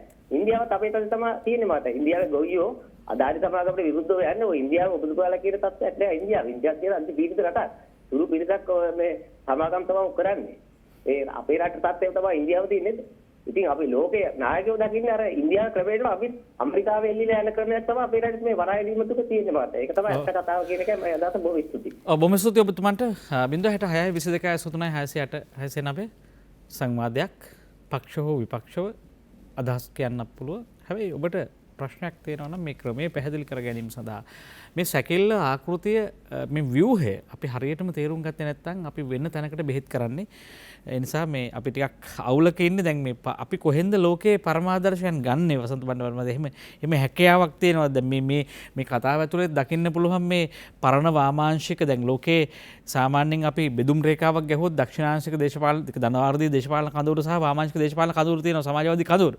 දැන් මේ කඳවුරු දෙක තමයි කෙනෙකුට දේශපාලන දෘෂ්ටිය බෙදාවෙන් කරගන්න පුළුවන් බෙදුම් රේඛාව. හැබැයි දැන් අපි මේ කතා කරන එක වමට බරයි. ඒ වම ආපහු මේ සමාජවාදී දේශපාලන දෘෂ්ටිය ඇතුලේ පිහිටා මේ අපි කතා කරන්න කියලා කිව්වොත් එහෙම මේ ගොඩනගපු රටවලත්වත් මේ ප්‍රාග්ධනය ඉස්සරහා මේක පවත්වාගෙන යන්න බැරි වුණා. ගොඩනැගීම විතරක් නෙවෙයි ගොඩනගන්න ලේසි. හැබැයි මේ පවත්වාගෙන යාම පිළිබඳ ලෝකේ සංවාදයක් තිබුණෙත් නැහැ. ඒබඳු මේ රික්තකයක් මැද නෙවෙයිද අපි මේ ඉන්නේ. නෑ මම කියවනේ සමාජවාදයේ ගොඩනැගීමනුත් මේ ගෝලීය ආධිපත්‍යයෙන් අපිට ගැලවෙන්න බෑ කියලා. ඉතින් අපි අර කඩවල ගෙදර මහත්මයා කියපු විදිහට අපි යෝජනා කරන්නේ නෑ මේ ආපසු බර කරත් යුගයට යන්න හරි මේ ලෝකයේ තියෙන ලෝක සබඳතාවයන් බිඳින්න හරි මේ තාක්ෂණය ප්‍රතික්ෂේප කරන්න හරි කියලා එහෙම එකක් නෙමෙයි මේ කියන්නේ. මෙන්න මේ ආධිපත්‍යයෙන් මිදීම. ආධිපත්‍යයෙන් මිදීම සහ ඔවුන් අටවන අපිව යටත් කර තබා ගැනීම සඳහා ඔවුන්ගේ ආධිපත්‍ය ප්‍රාග්ධනය ආධිපත්‍යයට අමතරව යොදා ගන්නා විවිධ යුදමය සහ මානසික සහ වෙළඳපොළ උපාංග වලින් ගැලවෙන්නේ කොහොමද? ඒ ගැලවෙන්න නම් ඒකත් එක්ක සටනක් තියෙනවා. මේ අපේ අභිමානය පිළිබඳව ස්වාධීනත්වය පිළිබඳව අපේ ස්වාධිපත්‍යය පිළිබඳව මේ අපේ නිදහස පිළිබඳව ප්‍රශ්නයක්. මේ ලෝකයෙන් වියුක්ත වෙලා දේශ සීමාවල් වහලා ඒක ඇතුලේ ජීවත් වෙනවා වගේ කතාවක් නෙමෙයි මේ කියන්නේ. ඒතර ඒක ඇතුලේ නිරන්තර ගැටුමක් තියෙනවා. මේ ගැටුම මේ සටන තීරණය කරන්නේ අපි නෙමෙයි. මේ අපි මහා පොදු සතුරා ලෙස සලකන අධිරාජ්‍යවාදයේ විසින්. ඕන් තමයි මේ සටන් බිම් තෝරන්නේ. ඒතර අපට සිද්ධ වෙනවා ඕන් තෝරන සටන් බිමේ සටන් කරන්න. දැන් මාර කලින් කිව්වේ ඕන් අපිව දුර්වල කරන්න මේක ඇතුලේ බෙදුම්වාදී ව්‍යාපාර ඇති කරනවා. ආගමික අන්තවාදී ව්‍යාපාර පෝෂණය කරනවා. විවිධ ඒජන්ත සංවිධාන හරහා CIA එක හරහා මුදල් පොම්ප කරලා. ඒතර අපි එන මොකද්ද අපේ සටන? ඒතර මේ නිදහස පතන යුක්තිය සාධාරණත්වයේ පතන ජාතියක් ලෙස අභිමානයේ පතන මිනිස්සුන්ගේ සටන මොකද්ද? ඒක වළක්වන එක. බෙදුම්වාදී මරවුලෙන් මේ රට ගලව ගන්න ඕන. ඒක මේ පෑම් පහරකින් කරන්න පුළුවන් වැඩක් නෙමෙයි. ඒක අපේ අභ්‍යන්තර සාමය ඇති කරගන්න, අපේ රාජ්‍යය ශක්තිමත් කරගන්න, මහජනයා ඒ වටා පෙළගස්සන්න. අපි දැන් යුද්ධයේ කාලේ මහජනයා ඊට එරෙහිව පෙළගැස්වීමක් කරා දේශපාලන වශයෙන්. මහජන සහාය නැතුව ඒව කරන්න බෑ. රාජ්‍යය එතනට පෙළඹුවා. එතකොට අපි තුමු මේ පාස්කු ප්‍රහාරය මත මතුවෙච්ච ඉස්ලාම් අන්තවාදයේ ප්‍රශ්නේ. ඒතර ඉස්ලාම් අන්තවාදයේ උපාය මාර්ගිකව දීර්ඝ කාලයක් පවත්වාගෙන යන්න පුළුවන් දේශපාලන ක්‍රියාන්විතයක ඉන්නවා. අපි දැක්ක පහුගිය දවස්වල මේ මලමිනි ප්‍රශ්නය මුල් කරගෙන යම් ඒ අන්තවාදී නායකයන් කතා කරපු විදිය. එතකොට අපි අපි සූක්ෂම අධිරාජවාදීන්ගේ උගුල පැටලෙන්න හොඳ නෑ. ඔවුන් උත්සාහ කරන්නේ සාමාන්‍ය මුස්ලිම් ජනයා සහ සිංහල ජනයා අතර ගැටුමක් ඇති කරන්න. ඔවුන් සමාජයෙන් දුරස් කරන්න. තවදුරටත් සාමාන්‍ය මුස්ලිම් ජනයා පවා පීඩාවට පත් කරන්න. ඔවුන්ට ඔවුන්ගේ ඔවුන් පිළිබඳ ඔවුන්ට දුකක් නැහැ. ගොදුරුවන්නන් පිළිබඳ ඔවුන්ට දුකක් නැහැ. ගොදුරු කිරීමේ ක්‍රියාන්විතය තමයි ඔවුන් ඉන්නේ. ඒතොර අන්තවාදී සුළු පිරිසක් ලව්ව සමාජයේ ගැටුමක් අවුලවනවා. ඒතොර අපි අපේ සටන මොකද්ද? අපේ සටන මේ පොඩි සටන නෙමෙයි. මේක මේ මහා අධිරාජ්‍යවාදී ඌමනාවකට එරෙහිව කරන සටන. එහෙනම් අපි අර මධ්‍යස්ථ මුස්ලිම් ජනතාව දිනා ගන්න අතර තමයි අන්තවාදයට විරුද්ධ වෙන්න ඕනේ. ඊට එරෙහි මතය හදන්න ඕනේ. ඒක බොහොම සූක්ෂම අවුරුද්දක්. ඒක අධිරාජ්‍යයෙන් දන්නවා අපි එකට පටල ගන්නවා කියලා. උන් දන්නවා අපිට කොහු දුන්නම අපිම අඹරගන්න තොණ්ඩුව හදලා බෙල්ලට දා ගන්නවා කියලා. ඒ නිසා වුන් අපිට තොණ්ඩුව හදලා දෙන්න ඕනෙත් නෑ. අපිට කොහු නෙමෙයි දැන් පොල්ලෙලි දුන්නත් ඇති අපි පොල්ලෙලිත් තලාගෙන කොහු හදාගෙන කොහු වලින් ලණු අඹරලා අධිරාජ්‍යවාදීන් අහලා මේ තොණ්ඩුව දාලා දැන් මෙහෙම හරි දා එහෙනම් පණින්නම් කියලා පයින්නවා අපි. ඔවුන් විසින් අටවන උගුල් වලට අපි ගොදුරු වෙනවා. එතකොට ඒ වගේ අපි සටන මොකද්ද කියලා අපට ගැඹුරු අවබෝධයක් නැත්තම් ඔවුන් පාවිච්චි කරන ආයුධ මොනවද කියලා අපට ගැඹුරු අවබෝධයක් නැත්තම් ඊට එරෙහිව සටනක් දියත් කරන්න බෑ.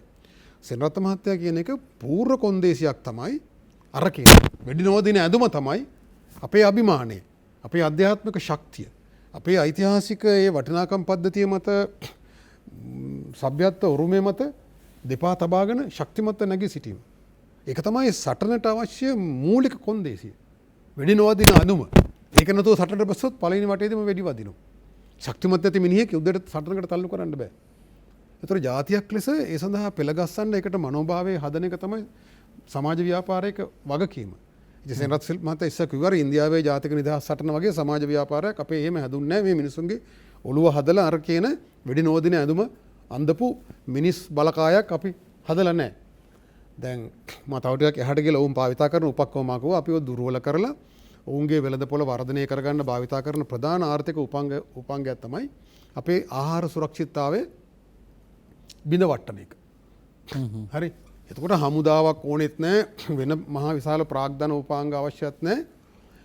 මේ තමන්ට අවශ්‍ය කෑම ටික හදාගන්න බැරි රටක ජනතාව මොනතරම් අසරණ නිවට ජනතාවක් බවට පත් වෙනවද? තරොන් සූක්ෂමව වෙළඳපොළ උපාංග හරහා තිරුඟු පිටි ප්‍රචලිත කරනවා, වී ගොවිතැන කඩා වට්ටන්න සලස්වනවා, ගොවියට ගොවිතැන එපා කරනවා, දීර්ඝ කාලීනව කුඩා සහ මධ්‍යම පරිමාණ ව්‍යාපාරික වාරිකා වට්ටනවා. ඒතකොට වෙළඳපොළ ඔවුන් අතේ. ඔවුන් කියන මිලට ඔවුන් හසුරවන ආකාරයට ඔවුන් විසින් දෙන්න දේ කාලා ඉන්න අපිට පුරුදු වෙන්න සිද්ධ වෙනවා. ඒ පදයට නටන්න. ඒතකොට ඊට එරෙහිව සටන කියන්නේ මොකද්ද? මේ ආහාර සුරක්ෂිතතාවය අනතුරට දාන සටනට ක්‍රියාවලියට එරෙහි සටන. එන අපේ දේශීය ගොවිතැන ආරක්ෂා කරන්න ඕනේ. අපේ දේශීය ගොවියා ආරක්ෂා කරන සටන. අපේ දේශීය ආහාර සංස්කෘතිය ආරක්ෂා කරන සටන. ඒ සංස්කෘතිය ප්‍රචලිත කිරීමේ සටන. එතකොට තමයි අපිට අධිරාජ්‍යවාදීන්ගේ සටනට මුහුණ දෙන්න පුළුවන්. බණ්ඩාර මහත්මයා මේක තනි පුද්ගලයන්ට කරන්න බෑනේ. අපි පවුල කියන පුංචි ආයතන කරන්නත් බෑ. රටක් හැටියට එකතු වෙලා හදාගන්න මහා ආයතනයේ රාජ්‍ය කියන එකට රාජ්‍යයට මේක කරන්න බෑද? පැහැදිලිවම රාජ්‍යත් ඔවුන් උපාංගයක් ලෙස භාවිතා කරනවා. ඒකට විවිධ උපාංග භාවිතා කරනවා. හමුදාව මගින් බිය ගැන්වීම, දේශපාලන බිය ගැන්වීම, ඇතුලේ තීරණාත්මක සාධක මිලදී ගැනීම. යදී වශයෙන් රාජ්‍යත් ඔවුන් හසුරවනවා. මේ මහජනයා සහ වෙළඳපොළ අපේ මනස විතරක් නෙවෙයි හසුරවන්නේ. ඒතර මේ ගැටුම ඒක රාජ්‍යයට එරෙහි ගැටුමක් ලෙසත් යම් අවස්ථාවක පෙනෙන්න පුළුවන්. මේ මහා සටන රාජ්‍යයට එරෙහි සටනක් ලෙස පෙනෙන්න පුළුවන්. මොකද මේ ඉන්න ඒජන්තවරු මේ රටේ පාලකයෝ අධිරාජ්‍යවාදී උමනාට අනුව නම් හැසිරෙන්නේ. ඒතකොට මේ පාලකයත් සමගත් මේ රාජ්‍ය සමගත් ගැටුමක් එනවා. ඒක වළක්වන්න බෑ. එතකොට ඒ මහා ගැටුම කුමක්ද කියලා තේරුම් ගන්න එක. ඒ කියන්නේ සතුරා භාවිතා කරන ආයුධ සටන් උපක්‍රම මොනවද කියලා තේරුම් ගන්න එක තමයි මේකේ මූලික පූර්ව කොන්දේසිය. ඒක දන්නේ නැතුව සටනක් කරන්න බෑ. ඒක දන්නේ නැතුව අපි ඉන්න තැනින් අඟලක්වත් උඩට එන්න බෑ. මේ தත්ත්වය වෙනස් කරගන්න බෑ. මේක ඇතුලේ ගිල්ල මෙරලා වැටලා ඉන්නවා කියන මනෝභාවය නම් තියෙන්නේ. ඒක ප්‍රශ්නයක් නෑ. මේ තීන තත්ත්වයන් වෙනස් කරන්න නම් ආර්ථිකය, අපේ වටපිටාව, අපේ සංස්කෘතිය විනාශ කිරීම, අපිව විවිධ ගැටුම් වලට තල්ලු කරලා අපිව අසරණ කිරීම, ඒ වයින් ගැලවෙන්න නම් සතුරා පාවිච්චි කරන උපාය උපක්‍රම ආයුධ මොනවද කියලා අපි දැනගන්න ඕනේ. ඔව්. මේ සටනට කාට හරි වගකීමකුත් ඇති.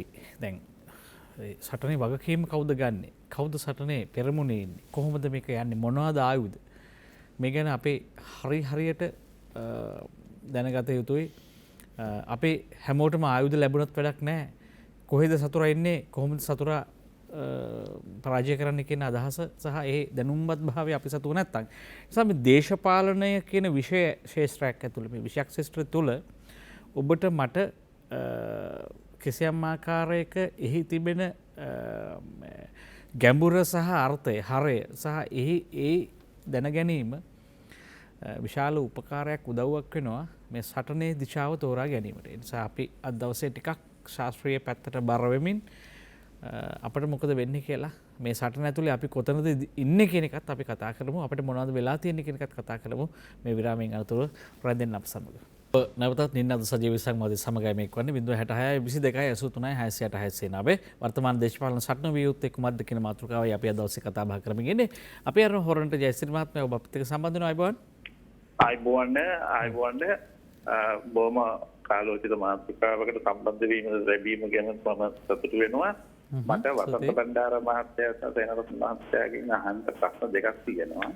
එකක් තමයි මේ අරගලය සමාජ විඥාන කරන අරගලය පටන් ගන්න බැරුව අපි අද අතරන වෙලා ඉන්නවා. අපි ගොඩක් එහෙම පස්සේ ගිහලා අතරමං වෙච්ච පිරිසක්. අපිට පේනවා සමාජවාදී කඳවුරත් අද මේ කොටස් 20කට 25කට විතර බිඳ වැටිලා. අපි දකිනවා මේ ධනවාදී කඳවුරත් එහෙම දෙකට තුනට බෙදලා පැටව ගහමින් ඉන්නවා. ධර්ම රාජ්‍යයක් හදන්න ආපු අය අපි අතරමං කරා.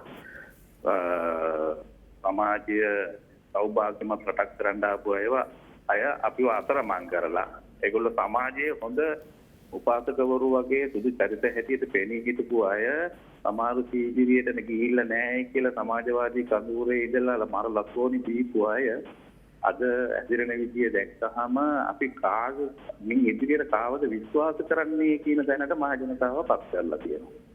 ඒ නිසා මේක බොහොම අමාරු අරගලයක් වෙලා තියෙන. ඒකත් අර අතිරාජ්‍යවාදීන්ගේ උපක්‍රමයක් වෙන්න ඇති. අර වසන්ත බණ්ඩාර මහත්තයා කිව්වා මට එන දෙවෙනි ප්‍රශ්නේ තමයි මහත්තයෝ මේ පිරිස මේ ඔය සුනාමිය අපදාවේදී හෝ ඔය පහත් පිළිදා ප්‍රහාරය වැනි දේවල් වලදී මෙවැනි අධිරාජ්‍යවාදී උපක්‍රම මේ රට තුලට එන්න හේතුව අපේ නායකයෝ ඒගොල්ලොත් එක්ක ඉතා සූක්ෂම පවත්වාගෙන යන ගනුදෙනුවක් කියලා තමයි හිතෙන්නේ. මොකද දැන් අපිට ඊයේ වෙනකොට පැහැදිලි එක්සත් ජාතික පක්ෂයේ නායකත්වය තවම වෙනස් වෙන්නේ නැහැ. ඔව් තවමත් ඒ තනතුරේම ඉන්නවා. ඔවුන්ට මහජනතාව රටවැසියෝ බති බහුතරයක් කියනවා ඔබගේ නායකත්වය අපිට වැඩක් නැහැ කියලා. දැන් ඊළඟට 2005 වෙනකොට මහින්ද රාජපක්ෂ මහත්තයාව නායකත්වයට ගෙනවා දේශප්‍රේමී කඳවුර. ඊට පස්සේ ඔහු 2015 වෙනකොට ඔහු විශ්වාසයේ බිඳවට ගන්නවා. ඊට පස්සේ ගෝඨාභය රාජපක්ෂ මහත්තයාව ගේනවා. දැන් අපිට පේනවා නාමල් රාජපක්ෂ මැතිතුමා ට්විටර් පණිවිඩ වලින් දෙනවා මේ අපේ නිරෝධායනය කරන ඒ වලින් හෝටල් වලින් ගතා කනවා හම්බන්තොට මායිඩම් මංකොල්ලයක් සිද්ධ වෙනවා. මේ කාලෙන් කාලෙට මේගොල්ලන්ගේම පුරුක් වලින් උපනියෝජිතව අපිට ගෙනල්ලා දාලා සුදු පිපොට අන්දලා අපිට දාලා එන්න අපිව දැන් මේ වෙනකොට ලක්ෂ 9ක් විතර ණය වෙලා තියෙනවා කියන්නේ මහත්තයෝ ඔය අධිරාජ්‍යවාදීන් එක මේ නායකයෝද හැමෝම මේ සූක්ෂමව ගනුදෙනුවක් තියෙනවා නේද? මේගොල්ලන්ගේ ගිනුම් ඒ රටවල පවත්වාගෙන යන්නත් හේතු ඕක නේද? ඔව්. මට ඕක පැහැදිලි කරගන්න අවශ්‍යයි. බොහොම ස්තුතියි අවස්ථාවට. බොහොම ස්තුතියි ඔබතුමන්ට 066යි 22 83 668 සේනාවේ අද වැඩසටහන දේශපාලන පන්ති කාමරයක් වගේ. හැබැයි අපිට සේනාරත්න මහත්මයා මේ ප්‍රශ්න ඔබගේ ප්‍රශ්නට අපි උත්තරයක් ලබා දෙන්න සූදානම් වසන්ත බණ්ඩාර මහත්මයාගේ ඊළඟ අවස්ථාවේදී. සේනාරත්න මහත්මයා දැන් අපි මට අමතුමකට යන්න අවස්ථාව දෙන්න. අයිබෝන් ඔබට. අයිබෝන්. ඔව්. රොෂාන් මහත්මයා කතා කරන්නේ කොයි පළාතේද? මම පානදුර. ඔව් රොෂාන් මහත්මයා කතා කරමු පානදුරේ. අයිබෝන් ඔබ සම්බන්ධ වෙලා ඉන්නේ කතා කරන ඔබේ ප්‍රශ්නේ. ඔව්. මම මේ පානදුර. ඔව් රොෂාන් මහත්මයා. ඔව්. ඇත්තටම හරි සන්තෝෂයි මේ. ඔව් ඇත්තටම මේ වගේ මේ මාතෘකාවක් එක්ක සම්බන්ධ වෙන ලැබීම ගැන අපි සන්තෝෂයි. ඔව්. මොකද හේතුව දැන් ඇත්තටම මේ රජය බලයටපත් වුණේ සෞභාග්‍යයේ දැක්ම රටට ගේන්න. හරි.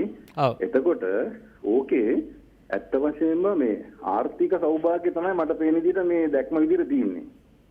හරිද? ඔව්. එතකොට දැන් අපිට ගැටුම තියෙනවා මේ අධිරාජ්‍යවාදී බලපෑම විසින් අපේ රටට එල්ල කරලා තියෙන ආහාර සෞඛ්‍ය ඔය හැම ප්‍රශ්නයකදීම. හරිද? දැන් විග්‍රහ වෙන්නේ මේ අපි සෞභාග්‍ය දැක්මත් එක්ක ආර්ථික මිනිස්සු ගොඩ දාන්න.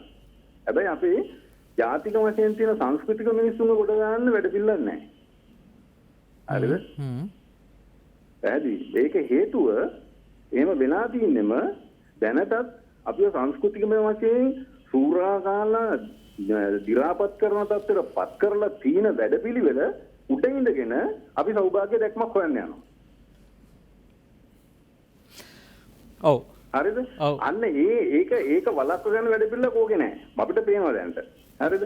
මොකද අපේ මේ සදාචාර සભ્યත්ව සංස්කෘතික බිඳවැටීම් ඇතුළේ ඉඳගෙන ආර්ථික දියුණුවක් හොයන්න යනවා. හරිද? දැන් මේ මහත්තුරු දෙන්නා සහ දැන් අපි මේ ප්‍රශ්නේ දකින මිනිස්සු විදිහට මේ වගේ සාකච්ඡා කරමින්ම විතරක් මේකට ප්‍රමාණවත් නැහැ. හරිද? ඔව්. මේ සාකච්ඡාව ජාතික තලයට ගේන්න. ජාතික තලයට ගෙනල්ලා ජාතික තලයේ පොදු සභාවක් හදා ගන්න ඕනේ. පොදු සම්මන්ත්‍රණයක් තියන්න පුළුවන් තැන. මොකද අපි මේ තීන මතවාදය අධිරාජ්‍ය විරෝධී. හරිද? මේ ජාතික චින්තනයක් ජාතිකත්වයක් ගොඩනගාගෙන ඒ තුල රට ආරක්ෂා කරගෙන ජාතිය ආරක්ෂා කරගෙන ඉදිරියට යන වැඩපිළිවෙලක් හදාගන්න බෑ මේ අවශේෂ වශයෙන් කරන සංවාද තුලින් විතරක්. හරිද? මොකද අපිට උපායන් තියෙන්න ඕනේ. අපි ජාතියක් විදියට අපි පරාදීන නෑ. අදටත් අපි ජාතියක් විදියට බොහොම ප්‍රබලයි. හරිද? නමුත් මෙතන තියෙන ප්‍රශ්නය අපි මේක හරි තැනින් මේක අපි දැන් අපේ එක උපායක් තමයි උඩින් යනවා ආර්ථික දියුණුව හදා ගන්න ඕනේ කියලා. නමුත් ඒක ඇතුලේ අපි ඒකට ඇතුළත් කරන්න ඕනේ මේ සංස්කෘතික මිනිස්සුන්ව නැගිටවන්නේ කොහොමද කියලා. ඒක හරි. මොකද ආර්ථික මිනිස්සුන් උඩට යනකොට සංස්කෘතික මිනිස්සුන් යටට යන එක තමයි අපිට දැන් පේන්නේ. ඔව්. මම හිතන්නේ එතකොට දැන් මේ යටට යන සංස්කෘතික මිනිස්සුන් උඩට අරගෙන මේ දෙක බැලන්ස් කරලා අධිරාජ්‍යවාදීන්ට එරෙහිව සහ ජාතිය එකට ගොඩනගලා හරිතැනට ගේන තැන හදන්න අපි පළල් සංවිධානයක් හදන්න වෙනවා මේ රජයෙන් මේ කරයි කියලා බලාපොරොත්තු වෙන්න බෑ. පැහැදිලි. මම ස්තුතියි. කාරණේ පැහැදිලි. 066 22 ටිකක් බැලරුම් ප්‍රශ්න කිහිපයක්ම තියෙනවා මේ සෙනත් මහත්මයා. දැන් එතනම තමයි මගේ ප්‍රශ්නේ ඔබට අහන්න හිටියේ. දෙකක් තමයි ඉතිහාසයේ මේ සටන හඳුනගන්න තිබුණ නැද්ද කවුරුවත්. හැබැයි ඒක වාමාංශික දේශපාලනයේ සමාවෙන්නේ ඒක ඇතුලේ අපි කොහෙද ගියේ? වම හැටියට අපි පෙනී හිටපු කණ්ඩායම් වලට මේ දෘෂ්ටියේ ගැටලුවක් තිබුණාද? ඇයි අපි එහෙමුණේ? ඒකත් කතා කරලා ගියොත් අපිට ඉතිහාසයේ අනාගතයේදී මේ වර්ධින තැන් හදා ගන්න පුළුවන්. මම කැමතියි අපේ පානදුරෙන් කතා කරපු මහත්මයා කියපු තැනින්ම පටන් ගන්න. ඇත්තටම අපි අද ආරම්භ කර යුතුයි සමාජයක් හැටියට, ජාතියක් හැටියට නව නිදහස් අරගලයක්. ඒක එළිය සමාජයේ නිර්මාණය කරගන්නට ඕන. ඒකයි මම අර මුලින්ම කිව්වේ ඉන්දියානු ජාතික ව්‍යාපාරය, ඉන්දියානු ජාතික සංගමය විසින් කරපු මෙහෙවර ඉන්දියාවට. නැත්නම් ඉන්දියාව කියලා රටක් තිබුණේ නැහැ ඉතිහාසයේ කවදාකවත්. 1857 ඉංග්‍රීසියෙන් තමයි පාර්ලිමේන්තු පනතකින් ඉන්දියාවගෙන් රට හදන්නේ. ඊට පස්සේ ඉන්දියානු ජනතාව හදාගන්නවා 1885 දී නව ඉන්දියානු විමුක්ති ව්‍යාපාරයක්. මේ සුද්ද යටත් කරලා ඉන්නවා මේකෙන් අපි ගොඩ එන්නේ කොහොමද කියලා. ඒකට නායකත්වය දුන්නා දීර්ඝ කාලයක් විශාල ප්‍රමාණයක්. ඒ වගේ අපි එවැනි ජාතික විමුක්ති ව්‍යාපාරයක පහස නොලබපු ජාතියක්. ඒ නිසා අදටත් මේ රටේ තියෙනවා යටත් විච්ච විරෝධී නිදහස් අරගලයක් කරන්න. ඒක කරන තාක්කල් මේ ආර්ථික ජයග්‍රහණය අර එතුමා කිව්වා වගේම ආර්ථික ජයග්‍රහණය ලැබීම තුලින් පමණක් ජාතිය පෝෂණය වෙන්නේ නැහැ. ආර්ථික, සමාජික, දේශපාලනික, සංස්කෘතික කියන කාරණා හතරෙන්ම මතුවෙන්න නම් එවැනි ජාතික ව්‍යාපාරයක සාකච්ඡාවක් අවශ්‍යයි. ඒ නිසා දේශපාලන නිදහස අපි තවම හරි හැටි අත්පත් කරගෙන තියෙනවා කියලා මගේ විශ්වාසයක් නැහැ. ආර්ථික නිදහස අපිට ලැබිලා නැහැ. දේශපාලන නිදහසත් අපිට හරි හැටි ලැබෙන්නේ නැත්නම් මේ වගේ බලපෑම් කරන්න බෑ. සංස්කෘතික වශයෙන් අපිට එහෙම නිවැරදි දෘෂ්ටිවාදයක් එක්ක අපි ජීවත් වෙන්නේ. අපි මහා සભ્યත්වයක මිනිස්සු කියන්න අපි දන්නේ නැහැ. ඒ නිසා සමාජික වශයෙන් ගත්තාම අපි අතරේ තියෙන අන්‍යෝන්‍ය බැඳීම් මේ ආර්ථිකමය කාරණා එක්ක සහ වෙනකුත් මේ ඇති කරලා නිර්මාණය කරලා තියෙන ගැටුම් විසින් අපි අතරේ සම්බන්ධීකරණය කඩලා තියෙනවා. ඒ නිසා ජාතියක් හැටියට මෙන්න මේ මිත්‍රත්වය ගොඩනගන්න, සහෝදරත්වය ගොඩනගන්න, ජාතිය පෝෂණය වෙන්න, සතුරා වටහා ගන්න, සතුරු සටන් අඳුනා ගන්න අන්නම ජාතික විමුක්ති ව්‍යාපාරයක් අවශ්‍යයි. අන්න ඒකට අපි අර සතුරාගේ ආහාර වලින් යැපෙන මනස අපෙන් අයින් කරගන්න පුළුවන්. සතුරාගේ ඇඳුම් පැළඳුම් සතුරාගේ දේවල් වලින් අයින් වෙන ක්‍රියාකාරකම් අපිට ඇඳුම් පැළඳුම් කියන්නේ මේ කලිස්ම කමිසේ ගලන එක නෙවෙයි. මීට අවුරුදු 2600කට කලිනුත් අපි ලෝකයේ අනර්ගම රෙද්ද මුස්ලිම් රෙද්ද පුත්තලමේ හදපු මිනිස්සු කුවේණි හැදුවේ ඒක. චීනයේ ඉඳලා ගෙනාපු සේද සහ ලංකාවේ කපුපිලි එකතු කරලා හදපු මුස්ලිම් රෙද්ද ලෝකේ වෙනත් තැන්වල කතා කරපු රෙද්දක්. එහෙම රෙදි හදපු જાතියක්. දැන් අපි එහෙම රෙදි හදන්නේ නැහැ. අනුන්ගේ රෙදි කියනලා දිනා. මම දන්නවා 1900 මට මතක හැටියට කිව්වොත් 1977න් පස්සේ ඊට කලින් අපේ සිය රටේ සිරිසපදේ කියලා අපි කොච්චර රෙදි හැදුවද? රෙද්දක් ගෙනාවේ නැහැ.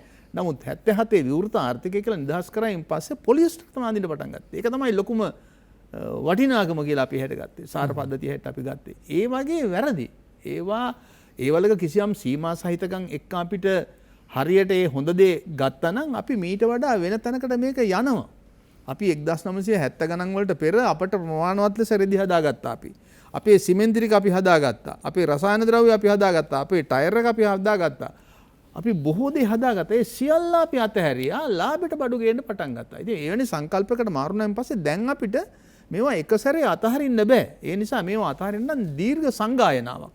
දීර්ඝ සමාජ කතිකාවක් අර පානදුරේ මහත්මයා කිව්වා වගේ නව ජාතික විමුක්ති ව්‍යාපාරයක් මේ යටත් විත්ත විරෝධී අරගලයට ජවය සපයන සමාජ ව්‍යාපාරයක් නිර්මාණය කරන්න. ඒක මේ ආණ්ඩුවකින් කරන්න පුළුවන් වැඩක් නෙමෙයි.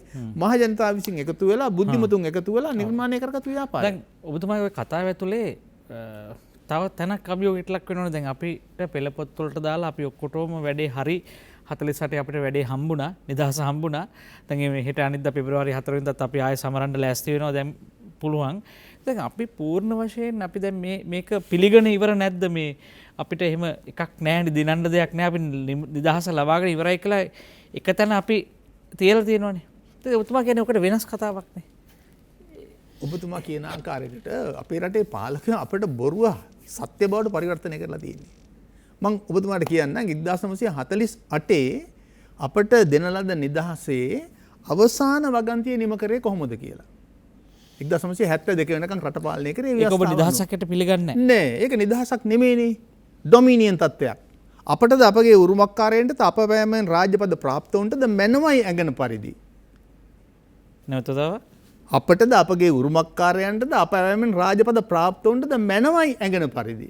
මේ රාජාඥාව තුල කටයුතු කරන්න උඹලට බලය පවරනවා කියලා තමයි ලියවිල්ල අවසන් කරේ.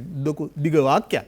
ඕන කෙනෙකුට ගිහින් ඉන්ටර්නෙට් එකට ගිහිල්ලා බලන්න පුළුවන්. 1948 ඩොමිනියන් ගිවිසුම. ඒක සමරන්න ඕන දෙයක්ද? ඒක සමරන්න ඕන දෙයක්ද? මං අහන්නෙත් ඒකයි. ඒක සමරන්න ඕන දෙයක්ද? ඉතින් අපි අදටත් සමරනවානේ. ජාතියක් හැටියට අපි කොච්චර අඳබාලියෝද? කොච්චර නායකයෝ මෝඩද? කොච්චර නායකයෝ පොඩිද? තවමත් එදා 1948 පෙබරවාරි මාසේ 4 වෙනිදා දුන්නේ සෝල්බරි සාමිගේ නෝනගේ උපන්දිනයේ සමරීමේ උත්සවය ගත්තේ. සෝල්බරි සාමිගේ නෝනගේ උපන්දිනයේ සමරීමේ උත්සවය තමයි අපිට නිදහස දෙන්නේ. කේක් එකක් වගේ කපන්න. ඒ නිසා ඒක අපි තේරුම් නොගැනීම, අපේ විශ්වවිද්‍යාල පද්ධතිය උගතුන් මේවා කතා නොකිරීම මොනතරම් සාපරාධී අපරාධයක්ද? සාපරාධී අපරාධයක්ද?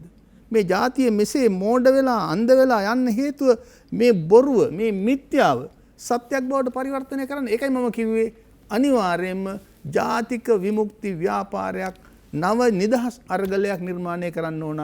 මේ සියලු ප්‍රශ්න වලට උත්තර දෙන්න දේශපාලන, සමාජ, සංස්කෘතික, ආර්ථික සියලු කාරණා වලින් ඇස් ඇරෙන්න නම් මේ ජාතියේ ඇස් ඇරෙන්න නම් එවැනි ජාතික විමුක්ති ව්‍යාපාරයක් ආරම්භ කරනවා.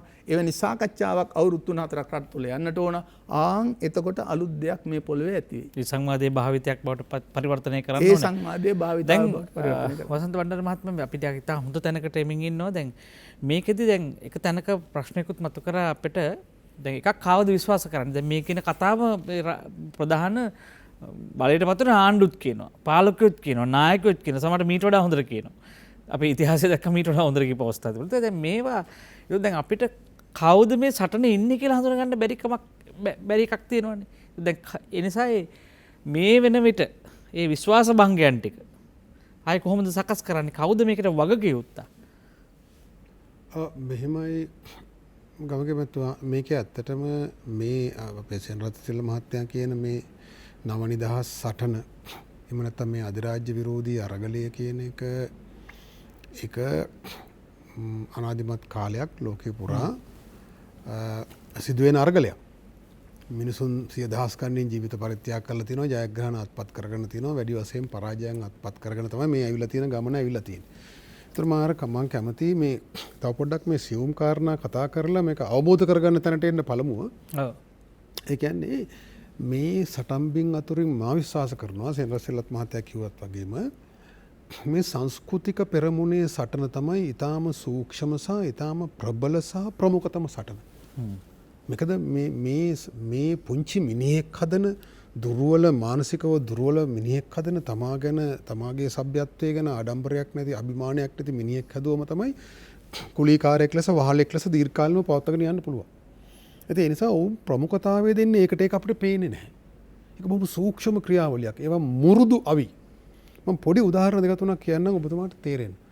ඔවුන් දන්නවා අපේ මකොලිසාමි එදා මේ මානසික වහලෙක් නිර්මාණය කිරීමෙන් තමයි මොවුන් සදාකාලික යටත් කරලා තියාගන්න පුළුවන් කියන ප්‍රකාශය කරන්නේ නිකන් යුද සෙනවියෙක් විදියට නෙමෙයි මේ ශිෂ්ටාචාරය ගැන ගැඹුරු අවබෝධයක් සහිතව. එතකොට අපේ ශක්තිය තියෙන්නේ කොහෙද? දැන් අපි දන්නවනේ මන්තරකාරයෙක් අර චිත්‍ර කතාවල තියෙන්නේ මන්තරකාරයාගේ පණ තියෙන්නේ වෙන සතෙක් ගාව ගිරවෙක් හරි මොකෙක් හරි. ඒතර මන්තරකාරයා මරන්න නම් අර ගිරව හොයාගෙන උගේ කකුලක් හරි බෙල්ලක් හරි කඩන්න ඕනේ කියලා චිත්‍ර කතාවල පොඩි කාලේ අපි කියවලා තියෙනවා. ඒතර ඒ වගේ දන්නවා මේ ශිෂ්ටාචාරයේ ශක්තිය තියෙන්නේ කොතනද කියලා වුන් දන්නවා අපිට වඩා හොඳට. වුන් දන්නවා මේ රටේ පවුල කියන සංස්ථාව මේ අම්මාගේ භූමිකාව මේක හරි සූක්ෂම එකපාර විශ්වාස කරන්න බැරි තරමට වුන් අපිට වඩා දන්නවා. එතකොට ඒක මත තමයි මේ මහා සමාජයේ රැකිලා තියෙන්නේ. මේ අම්මා වටා තමයි මේ මහා සමාජයේම රැකිලා තියෙන්නේ. මේ අම්මා ලෝකේ කොහෙවත් නැහැ. මම පුද්ගලික අධ්‍යයනයේ මම රටවල් ලෝකේ 30 40ක ඇවිදලා තියෙනවා, ඉගෙනගෙන තියෙනවා, රසාවල් කරලා තියෙනවා, පොතපත කියවලා තියෙනවා. මේ හැම දෙයකින්ම මම ඕනෑම තැනක වාද කරනවා අපේ රටේ ඉන්න අම්මා, ඒ යසෝදරා පරපුරේ අම්මා ලෝකේ කොහෙවත් නැහැ. දරුවන් වෙනුවෙන්, පවුල වෙනුවෙන් ඒ තමාගේ ජීවිතය, තමාගේ ලේ දහඩිය කඳුළු පරිත්‍යාග කරලා ඒ කරන භූමිකාව ඒ භූමිකාව විසින් තමයි ඊටාම දුෂ්කර තත්ත්වයන් යටතේ පවා මේ සමාජයට ශක්තිමත්ව පවතින්න පුළුවන් වුණේ.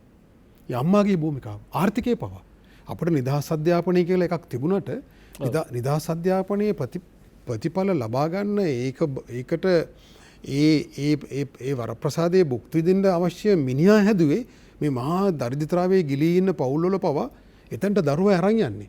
ඒ ගමේ දුෂ්කර පාසලක දරුවෙක්, වෛද්‍යවරයෙක්, ඉංජිනේරුවෙක් කියලා මේ සමාජයේ මහා භූමිකාවක් අත්පත් කරගන්නේ අර කියන අම්මගේ භූමිකාව ඇතුලේ. ඔවුන් ඒක දන්නවා. එහෙනම් ඒ පවුල් සංස්ථාවට ගහන්න ඕන. ඔබතුමා විශ්වාස කරන්න පහුගිය කාලය පුරාම විශාල උත්සාහයක් ගත්තා මේ අධිරාජ්‍යවාදී විවිධ රාජ්‍යනෝන සංවිධාන. මම එක උදාහරණයක් කියන්නේ ඔවුන් කොච්චර සූක්ෂමද කියලා තේරුම් ගන්න. ඔවුන් පනතක් ගේනවා ගෘහස්ත ප්‍රචණ්ඩත්වයේ වැළැක්වීමේ පනත. බැලු බැලමට හරිම සුන්දර අදහසක්නේ ගෘහස්ත ප්‍රචණ්ඩත්වයේ වළක්වන්න මේ හදන්නේ. ඒතොර එහෙම පනතක් එක්තරා කාලයක ගෙනාව 2005 අපි ඒක සමහර දේවල් වලට හැපිලා ඒවා ඉවත් කරා. නමුත් දැන් ඔබ විශ්වාස කරන්න මේ නැවත වටේකින් ආයිත් ඒ පනතට සංශෝධන ගේනවා. මොකටද? ඒ ගේන්නේ පවුල් වල අපේ රටේ මේ මව පවුලේ පියාගේ බීමත්කම හෝ වෙනත් කිසිදු හෝ දුර්වලකමක් නිසා හෝ අපේ රටේ පවුල් වලින් 30% විතර එවැනි ගැටුම් ඇසුරේ තමයි පවුල් අරගෙන යන්නේ. උතුර මේ පනතෙන් දිරිමත් කරනවා පොඩි හරි පවුලේ ආරවුලක් හැදුනම හැකියක්මනින් පොලිසියට ගිහිල්ලා පැමිණිලි කරන්න. නඩු දම්මන්න. ස්වාමියා අත්අඩංගුවට අරන් ගිහලා පොලිස් කූඩුවේ දාන්න. දරුවෝ වෙන් කරලා අනාථ නිවාසයකට බාර දෙන්න. හැකියක්මනින් දික්කසාද කරවලා මේ පවුල වෙන් කරන්න. ඒක තමයි දිරිමත් කරන්නේ අර ගෘහස්ත ප්‍රචණ්ඩත්වයේ වැළැක්වීම කියන අර බොහොම යුක්තිසහගත ලේබලේ ගහලා ඒක ඇතුලේ තියෙන්නේ ඒක පවුල් කඩා හිරවීමේ පනතක්. හරි ඒක ඇතුළේ දිරිමත් කරන්නේ වෙන්වීම ගැටුම හරි ඒ අතර දැන් තවත් යහපත් කියලා දෙයක් පේන තවත් පනතක් එනවා මොකද ඒ පනත තියෙන්නේ කියන්නේ පෞල් අපේ දික්කසාද නීතියට අදාළව දැන් දික්කසාද නීතියට අනුව රටේ අපේ රටේ නීතියට අනුව කරුණු 3ක් මත විතරයි දික්කසාද වෙන්න පුළුවන් හරි ද්වේෂ සාගත අත්හැර යාම ලිංගික දුබලත්වය සහ අනාචාරය හැසිරීම. ඒතර දැන් මේ අය සංශෝධනය කරලා ගේන්න හදනවා මේ පවුල පෑහෙන්නේ නැහැ කියලා බිඳුණු පවුලක් එකතු කරන්න බෑ. එහෙනම් දික්කසාද වෙන්න අවසර දෙන්න. ඒ කියන්නේ මේ පවුල් කඩා ඉහිරවන අර මවගේ භූමිකාව අත්හරින තැනට මව පොළඹවන්න මේ සියලු දුක දරාගෙන මා කියන්නේ නෑ ඒක යුක්තිසාගතයි කියලා. මවගේ කැපකිරීම. නමුත් මේ ඓතිහාසික ඒ යසෝදරා භූමිකාව ඇතුලේ තමයි මේ රට මෙහෙම හරි ඉතුරුලා තියෙන්නේ. එතකොට ඒකට ගහපුවම අපි හතරගාතෙන් වැටෙනවා. ඒකයි මේ විවිධ සූක්ෂම මහජනයත් නොදන්න පාලකයොත් නොදන්න සමහර ගොන් ඇමතියෝ ඒව අරගෙන එනවා මේ සම්මත කරන්න. ඒ බොහොම හොඳ දේවල් කියලා. දික්කසාද වෙන එක හොඳ දෙයක්. පවුල් කඩා හිරවන එක හොඳ දෙයක්. හැබැයි අවසාන අරමුණ තමයි මේ අපේ අර සංස්කෘතික ඒකකයේ මේ මිනිහා දුර්වල කරන එක, පවුල දුර්වල කරන එක, සමාජය දුර්වල කරන එක. තව දෙයක් මම කියන්න උන්ගේ තව සූක්ෂම කුමන්ත්‍රණයක්. ඔවුන් දන්නවා මැකෝලි දැනන් හිටියා මේ සමාජය පවුල සහ තව දෙයක් මේ සමාජය එකට බැඳලා තියාගන්නවා. ඒ තමයි සම්බුද්ධ ශාසනය. මහා සංඝරත්නය. මහා සංඝරත්නය නැත්තම් මේ ශාසනය පවතින්නෙත් නැහැ. දහම පවතින්නෙත් නැහැ. අවසානයේ මේ සමාජය පවතින්නෙත් නැහැ. උන් එක දන්නවා. ඒතර ඒකට පහර දෙන්න. මහා සංඝරත්නයට පහර දෙන්න ඉතාම සූක්ෂම කුමන්ත්‍රණකාරී ක්‍රියාවලියක් තියෙනවා. ඒක පාලකයෝ අඳුරගන්නෙත් නැහැ, බෞද්ධයෝ අඳුරගන්නෙත් නැහැ, සමහරට මහා සංඝරත්නය අඳුරගන්නෙත් නැහැ. ධර්මයේ විකෘති කිරීමේ ඉඳලා ඉතිහාසයේ විකෘති කිරීමේ ඉඳලා බොහෝ විශාල අරමුදල් යොදවලා සූක්ෂමව ව්‍යාපෘති කරනවා. හරි ස්වාමීන් වහන්සේලාට විවිධ චෝදනා එල්ල කරන සමාජයේ මේ නින්දාවට අපවාදයට ලක්වෙන ගැටුම් ඇති කරන ඔය රංජන් රාමනායක මහත්මයා වගේ අය යොදාගෙන හරි දැන් මම පොඩි උදාහරණයක් සමහර දේවල් මාධ්‍යවල කියන්නත් අමාරුයි. ඒ කියන්නේ පිරිවෙන් වල කුඩා ස්වාමිනේරු ස්වාමීන් වහන්සේලාට වෙනත් වැඩිහිටි ස්වාමීන් වහන්සේලාගෙන් කරදර තිබෙනවා කියලා මතයක් හදලා මේ පිරිවෙන් අධීක්ෂණය කරන්න ඕන කියලා මතයක් හදන්න හදනවා, නීතියක් හදන්න හදනවා. මොකක්ද ඒකෙන් කියන්නේ? දරුවෝ ශාසනයට බාර දෙන එක, පිරිවෙන් වලට දරුවෝ යවන එක වළක්වන එකක් මේ. පිරිවෙන් වල දරුවන්ට කරදර වෙනවයි කියලා එහෙම මතයක් හැදුවම ඒක නැති කරන්නයි කියලා නීති පද්ධතියක් හැදුවොත්, යාන්ත්‍රණයක් හැදුවොත් මොකද වෙන්නේ අවසානයේ? මේ අපේ සංඝ සමාජයේ ඉතා කෙටි කලකින් ශින වෙලා අවසන් වෙලා යනවා. එතකොට ඒකට තමයි අර බොහොම හොඳයයි යහපත්යයි පෙනෙන කාරණා ගෙනල්ලා එක්තරා රාජ්‍ය නොවන සංවිධානයක් එක්තරා කාලයක වෛද්‍යවරුන් අධිකරණ වෛද්‍යවරුන් පුහුණු කරන්න උත්සාහයක් ගත්තා. ඒක යටින් තාම යනවද මම දන්නේ නැහැ. ඒ කියන්නේ කුඩා සාමණේර නමක් බඩ රිදිලා ආවත් ස්පිතාලෙට පරීක්ෂාවට ලක් කරන්න ඕන වෙනත් වැඩිහිටි ස්වාමින් වහන්සේ නමකට මොනවා හරි දෝෂයක් අපචාරයක් කළා කියලා පටලවන්න පුළුවන් වෙන විදියට පරීක්ෂණයක් කරනවා. ඒතකොට එහෙම මතයක් ඒ කුඩා ස්වාමින් වහන්සේගේ මනස තුල හදනවා. ඒ ස්වාමින් වහන්සේගේ දෙමව්පියෝ තුල හදනවා. ඒතකොට මේ ශාසනයට දරුවෙක් බාර දීම වළක්වන්න මේ බිඳීම ඇති කරන්න ඉතාම සූක්ෂම කුමන්ත්‍රණයක්. ඒකෙන් මේ රටේ කීයෙන් කී දෙනාද ඒ කුමන්ත්‍රණය දන්නේ? ඒකට එරෙහිව සටනක් කරන්නේ. හරි. ඒතකොට මේක අපි හිතන තරම් සරල සුගම සටනක් නෙමෙයි. මේ අපේ අර වෙඩි නෝදින ඇඳුම මේ දියුණු සංස්කෘතික සත්වයා විනාශ කරාම, ඔහු දුර්වලයක් කරාම, ඔහු පුංචි කරාම, ඔහු අඟුටු මිට්ටෙක් කරාම ශිෂ්ටාචාරයේ විසින් අපට අඳුරපු අර ඒ වෙඩි නෝදින ඇඳුම ගලවපුවම අපි දුර්වල සතුරාට නිරාවරණය වෙච්ච මිනිහෙක් සමාජයක්. දැන් වසන්ත බණ්ඩාර මහත්තයා තව ඒ ආශ්‍රිත ගැටලුවක් මතුවෙනවා. ඒ කියන්නේ දැන් අපේ මේ ආර්ථිකයේ ඇතුළෙම අශීලාචාරය, අවිනය වගේ දේවල් වැඩෙනවා, වර්ධනය වෙනවා. ඒකට එකකින් මේකෙන් ඉඩක් හම්බෙනවද? දැන් කිසියම් ආකාරයක දැන් අපි සමාජ දුරාචාරය ඉහළ ගිහිලා තියෙනවා, අපරාධ ඉහළ ගිහිලා තියෙනවා, ප්‍රචණ්ඩත්වය ඉහළ ගිහිලා තියෙනවා. ඒ කියන්නේ අනිකා විවසන්න බෑ, ස්ත්‍රියද පුරුෂයාද අනිකාද වර්ගයද විවසන්න බෑ. මේ සීමාවන් ඉක්මවා යන නොහික්මුණකම පාලනය කිරීම සඳහා නීතිය අවශ්‍ය නැද්ද? නෑ, නීතිය අවශ්‍යයි. ඒ සම්බන්ධ විවාදයක් නෑ. හැබැයි මේ ඔබ කියන ඔය මේ සංස්කෘතික වශයෙන් පිරිහෙන මිනිහා හදන්න ඒක අපේ සමාජයේ අභ්‍යන්තරයේ අපිමත් අපේ මේ සමාජ මේ ක්‍රියාකාරිකයෙන් එතකොට මේ වැඩිහිටියන් උගතුන් ඒ සියලු දෙනා වග කියන්න ඕන යම් යම් සමාජයේ පොදු මිනිස්සුන්ගේ දුර්වලතාවයන් පිළිබඳව. ඒකත් නිරන්තර මිනිසා ජීවත්ව සිටින තාක්කල් තියෙන අරගලයක්. වඩා හොඳ මිනිහෙක් වෙන්නේ කොහොමද? පන්සිල් රකින්න මිනිහෙක්. සිල්පද පහම බැයි නම් 4ක් රකින්න මිනිහෙක්. නැත්නම් 4 නම් රකින්නේ කොහොම හරි 5ක් රකින්න ඕන කියලා උත්සාහ කරන මිනිහෙක්. ඒක නිරන්තර සමාජයේ ස්වභාවික මිනිස්කමේ අරගලයක් අපේ වගේ රටක් ගත්තොත් එහෙම යම්කිසි වටිනාකම් පද්ධතියක් ඇතුලේ ගොඩනැගෙච්ච සමාජයක. ඒක පිළිබඳ ප්‍රශ්නයක් නෙවෙයි තියෙන්නේ. ඒක නිරන්තර සදාකාලික අරගලයක්. අපි හැමදාම පන්සිල් ගන්න උත්සාහ කරනවා, පන්සිල් කැඩෙනවා. ඒත් අපි පහුදාටත් ගන්නවා අපේ බෞද්ධ දර්ශනය තුල ඒකට ඉඩ තියෙනවා. වරදිනකොට නිවැරදි කරන්න උත්සාහ කරනවා. අවසානයේ මරුණම පාංශකූලේ දීලත් ඒත් අපි පන්සිල් ගන්නවා. ඉතින් මේක ඇතුලේ ඒ නිවැරදි කිරීමේ යාන්ත්‍රණය, පෙළඹවීමේ යාන්ත්‍රණය තියෙනවා. දුර්වලතාවයත් මේක ඇතුලේ තියෙනවා. මම කියන්නේ ඒක නෙවෙයි. ඔබතුමා විවෘත කරපු දොර ඇතුලේ අපිට දැන් මෙතුමාට උත්තරයක් තියෙයි කියලා මම විශ්වාස කරනවා දැන්. ඒක දැන් මේ ධනවාදයේ හැසිරීම, මේ නිදහස් ආර්ථිකයේ හැසිරීම මේ නොනිමෙන ආශාවන් මිනිසා තුළ වගා කිරීම. දැන් ඒකෝට දැන් සෙනරත්න මහත්මයා මේක දැන් සංස්කෘතික අභාවයට යන්න මේක බලපෑවි කොහොමද? දැන් එදා සාහිත්‍ය ලියුනේ, දරුවා හැදුනේ බෙදා ගැනීම, ආදරය කිරීම වැනි බොහොම ගැඹුරු මානුෂීය සංකල්ප ඇතුලේ තමයි එයා හැදුනේ වැඩුනේ.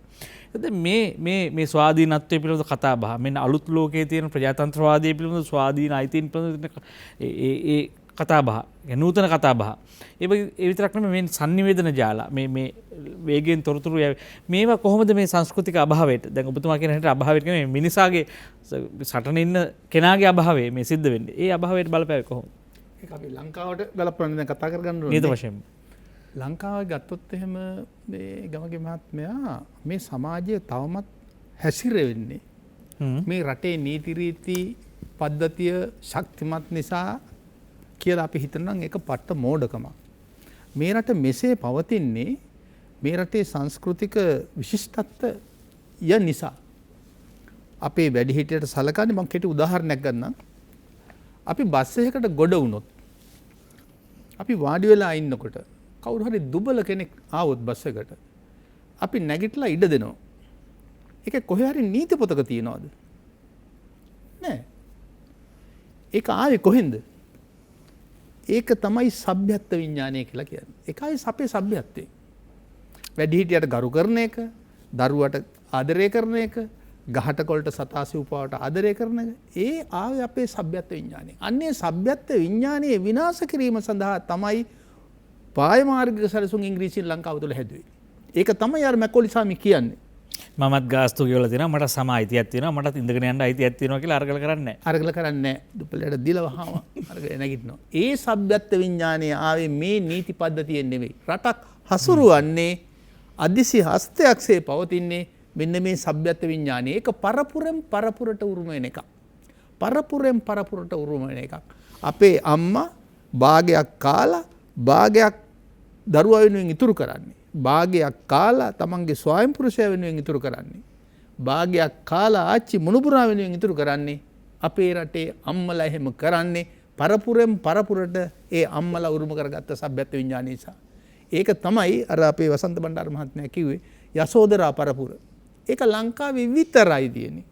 ලෝකෙ කිසි රටක නැහැ. තව උදාහරණයක් කිව්වොත් මේ අපි දැන් හිතනවා අපි තමයි ලොකුවට මේ අධ්‍යාපනයේ නිදහස් අධ්‍යාපනය දෙනවා මේ රට අපි දැන් තමයි මේ හොඳට ඉගෙනගෙන තියෙන්නේ කියලා. නෑ, ඒක වැරදි. මේ ආසියානු කරේ පමණක් නෙමේ ලෝකෙම ගත්තත් මහ ජනතාව අතරේ සාක්ෂරතාවයේ ඊටාම ඉහළ මට්ටමක දීර්ඝ කාලයක් පවත්වාගෙන ආපු රටක් ලංකාව. ඒ නිසා ඒ සාක්ෂරතාවයේ තිබුණේ අර අපේ වසන්ත බණ්ඩාර මහත්තයා කිව්වා වගේම අපේ රටේ භික්ෂු ශාසනය 1900 වෙනකොටත් 1815 ඉංග්‍රීසියෙන් ලංකාව අල්ලා ගන්නා විටත් 1600කට වැඩි පිරිවෙන් පද්ධතියක් තිබුණා. ගිහි සහ පැවිදි දෙගොල්ලන්ට උගන්වන්න. ඒ නිසා ඒව කරේ කාගෙවත් පඩි අරගෙන නෙවෙයි. බැටුපට උගන්වන ගුරුවරයෙක් එදා හිටියේ නැහැ.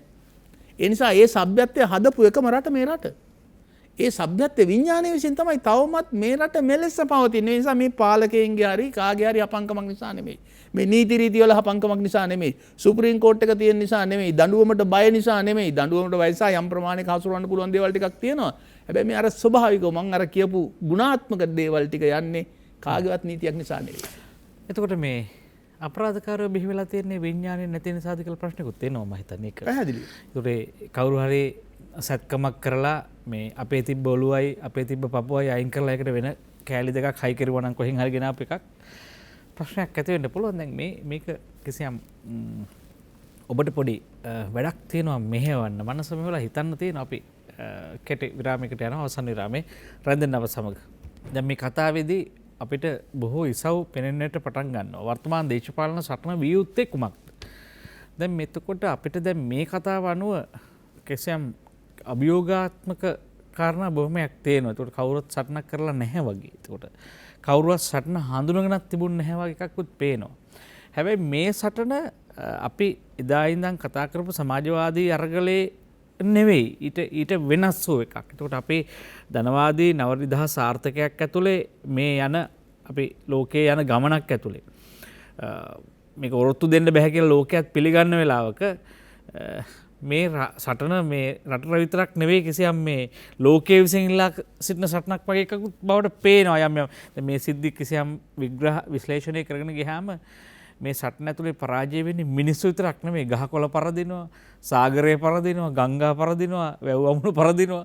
වසන්ත බණ්ඩාර මහත්තයා දැන් මේ මිහිත්තල්ලේ පැවැත්ම හා විනාශය අතර වගේ සටනක් බවටත් මේක පරිවර්තනය වෙමින් තිබෙනවා වගේ තැනක තමයි ලෝකයේ දැන් තියෙන්නේ. එතකොට දැන් මේ ඔබ කිව්ව අර පවුලේ කාරණේ ඉතා කුංචි කාරණා සිට අර මහා සාධකයේ දක්වා මේක විසිරලා තියෙනවා කියලායි මට හිතෙන්නේ මේ පොළොව තලය තුල. මේක අමුණන්නේ කොහොමද? මේක වටහා ගන්නේ කොහොමද කියන එකයි සටනට කලින් මට වටිනවා කියලා මට හිතෙන්නේ. මට හැමතෙමකුත් එන්න ස්වාමීන් වහන්සේ නමක් අපිට කතා කරන අවසරය අපේ හැමතුනේ. බෙලියත්තේ නායක හාමුදුරුවෝ අපිට කතා කරන අවසරය අපේ හැමතුනේ. හොඳයි. මම මේ බෙලියත්තේ කෙනෙක් අකටම ප්‍රේ බෙදිරික්කාම හරපත් විපාම්බරණ කතාති මේලකල කොම්පරන්නේ. හැමතුනේ. මම අතර මේ විද්වතුන් දෙකල්ගේ සැකසන්යට වන්දුන් බොහෝම යදගත් කරුණු රාශිය සාකච්ඡා වුණා. ඉතින් මට දැනගන්න පුළුවන් පුදුමහත්ෝ මේ විද්වතුන් දෙකල්ගේ මොකක්ද කියන්නේ? මේ අපේ රටේ දැන් උත්පාදිත මේ මාස්වාදී ප්‍රතිපේරුම් ප්‍රධාන පක්ෂයක් තිබුණා. ඒගොල්ලෝ ආගේ බටහිර නම් ආපු. එන බටහිර ආල්මාසාදී ඊළඟට ඇවිල්ලා ලංකාවේ මේ ක්‍රියාත්මක වෙන්නේ. ඒගොල්ලෝ කතා කරන්නේ දේශීයත්වය අනිත් ඒ වගේ දේවල් කතා කරන්නේ. නමුත් ඒගොල්ලෝ අපේ සංස්කෘතිය තිබුණේ බුදුදහම ඒ බුදුදහමට හැම වෙලාවෙම කතාවට විරුද්ධව වගේ කරනවා. ඉතින් ඒගොල්ලන්ගේ භූමිකාව මේ අධිරාජ්‍යවාදයේ අර්ධයේදී විස්තරද ඒක අපිට වැදගත් නැත්නම් ඒක කරන්නේ නැත් දෙයක්ද පොඩක් ඒ පිළිබඳව අපිට දැනගන්න ඕනකමක් තියෙනවා. මොකද ඒගොල්ලෝ කරන්නේ කියලා ඒගොල්ලෝ භූමිකාව ඒක තමයි පොඩක් දැනගන්න සම්පූර්ණයෙන්ම බුද්ධාගමට විරුද්ධව ඒගොල්ලෝ යන්නේ. ඉතින් මොකද කියන්නේ පොඩ්ඩක් මේ විද්වුන්ට කිව්ව කරන්නේ කැමතියි. අපේ හම්බුනේ අපි ඉදිරියේදී පිළිබඳ අවධානය යොමු වෙයි.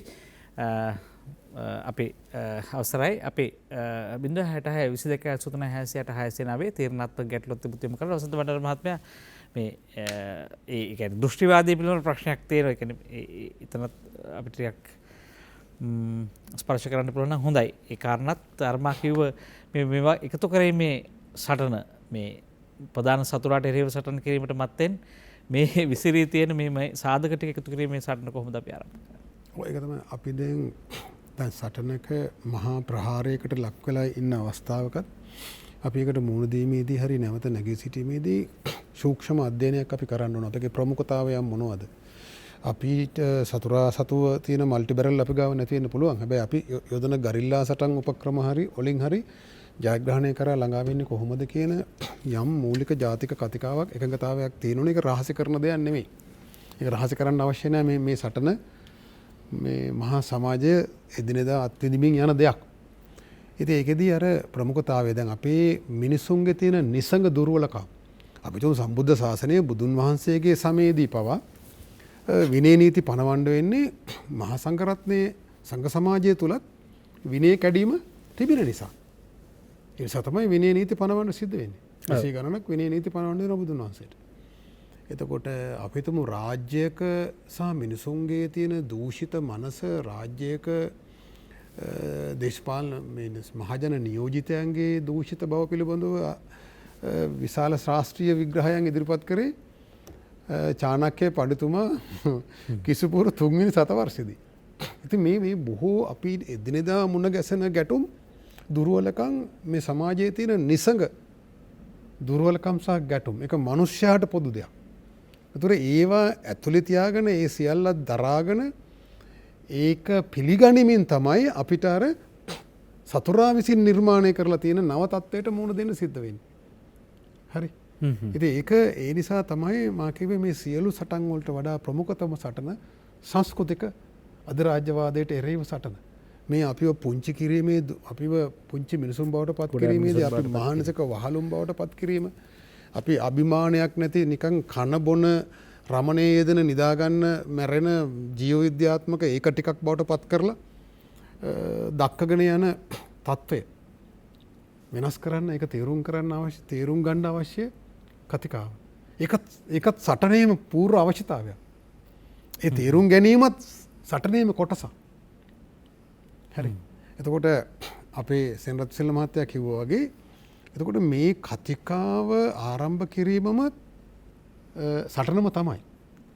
ඒක ඇතුලේ ඒ කතිකාව ඇතුලෙත් අපි අප තුළට නැඹුරු වෙලා බලන්න අපි තුළ වෙනස් කරගත යුතු දේවල් වෙනස් කරගන්න අපිට අහිමි වෙච්ච දේවල් අපි හිටපු තැනත් එක්ක බැලුවොත් දැන් අපි කතා කරා වගේ දැන් මේ රටේ අපි දැන් අද නිදහස් අධ්‍යාපනයේ නිදහස් සෞඛ්‍ය සේවය වෙනුවෙන් අපිට ශිෂ්‍යයන්ට සටන් කරන්න පොලිසියෙන් ගුටි කණ්ඩ ඒවා සිද්ධ වෙලා තියෙනවා. හැබැයි මේ ලෝකයේ කිසිම රටක නොතිබූ ආකාරයට නිදහස් අධ්‍යාපනය සහ නිදහස් සෞඛ්‍ය සේවය මේ රටේ භූමියේ පළවෙලා තිබුණා. ඒ තිබූ දේ නැවත ඇති කරන්න තමයි 1943 කන්නංගර මහත්තයා යෝජනාව ගේන්නේ. නොතිබූ අලුත් දෙයක් ගේන්න නෙමෙයි.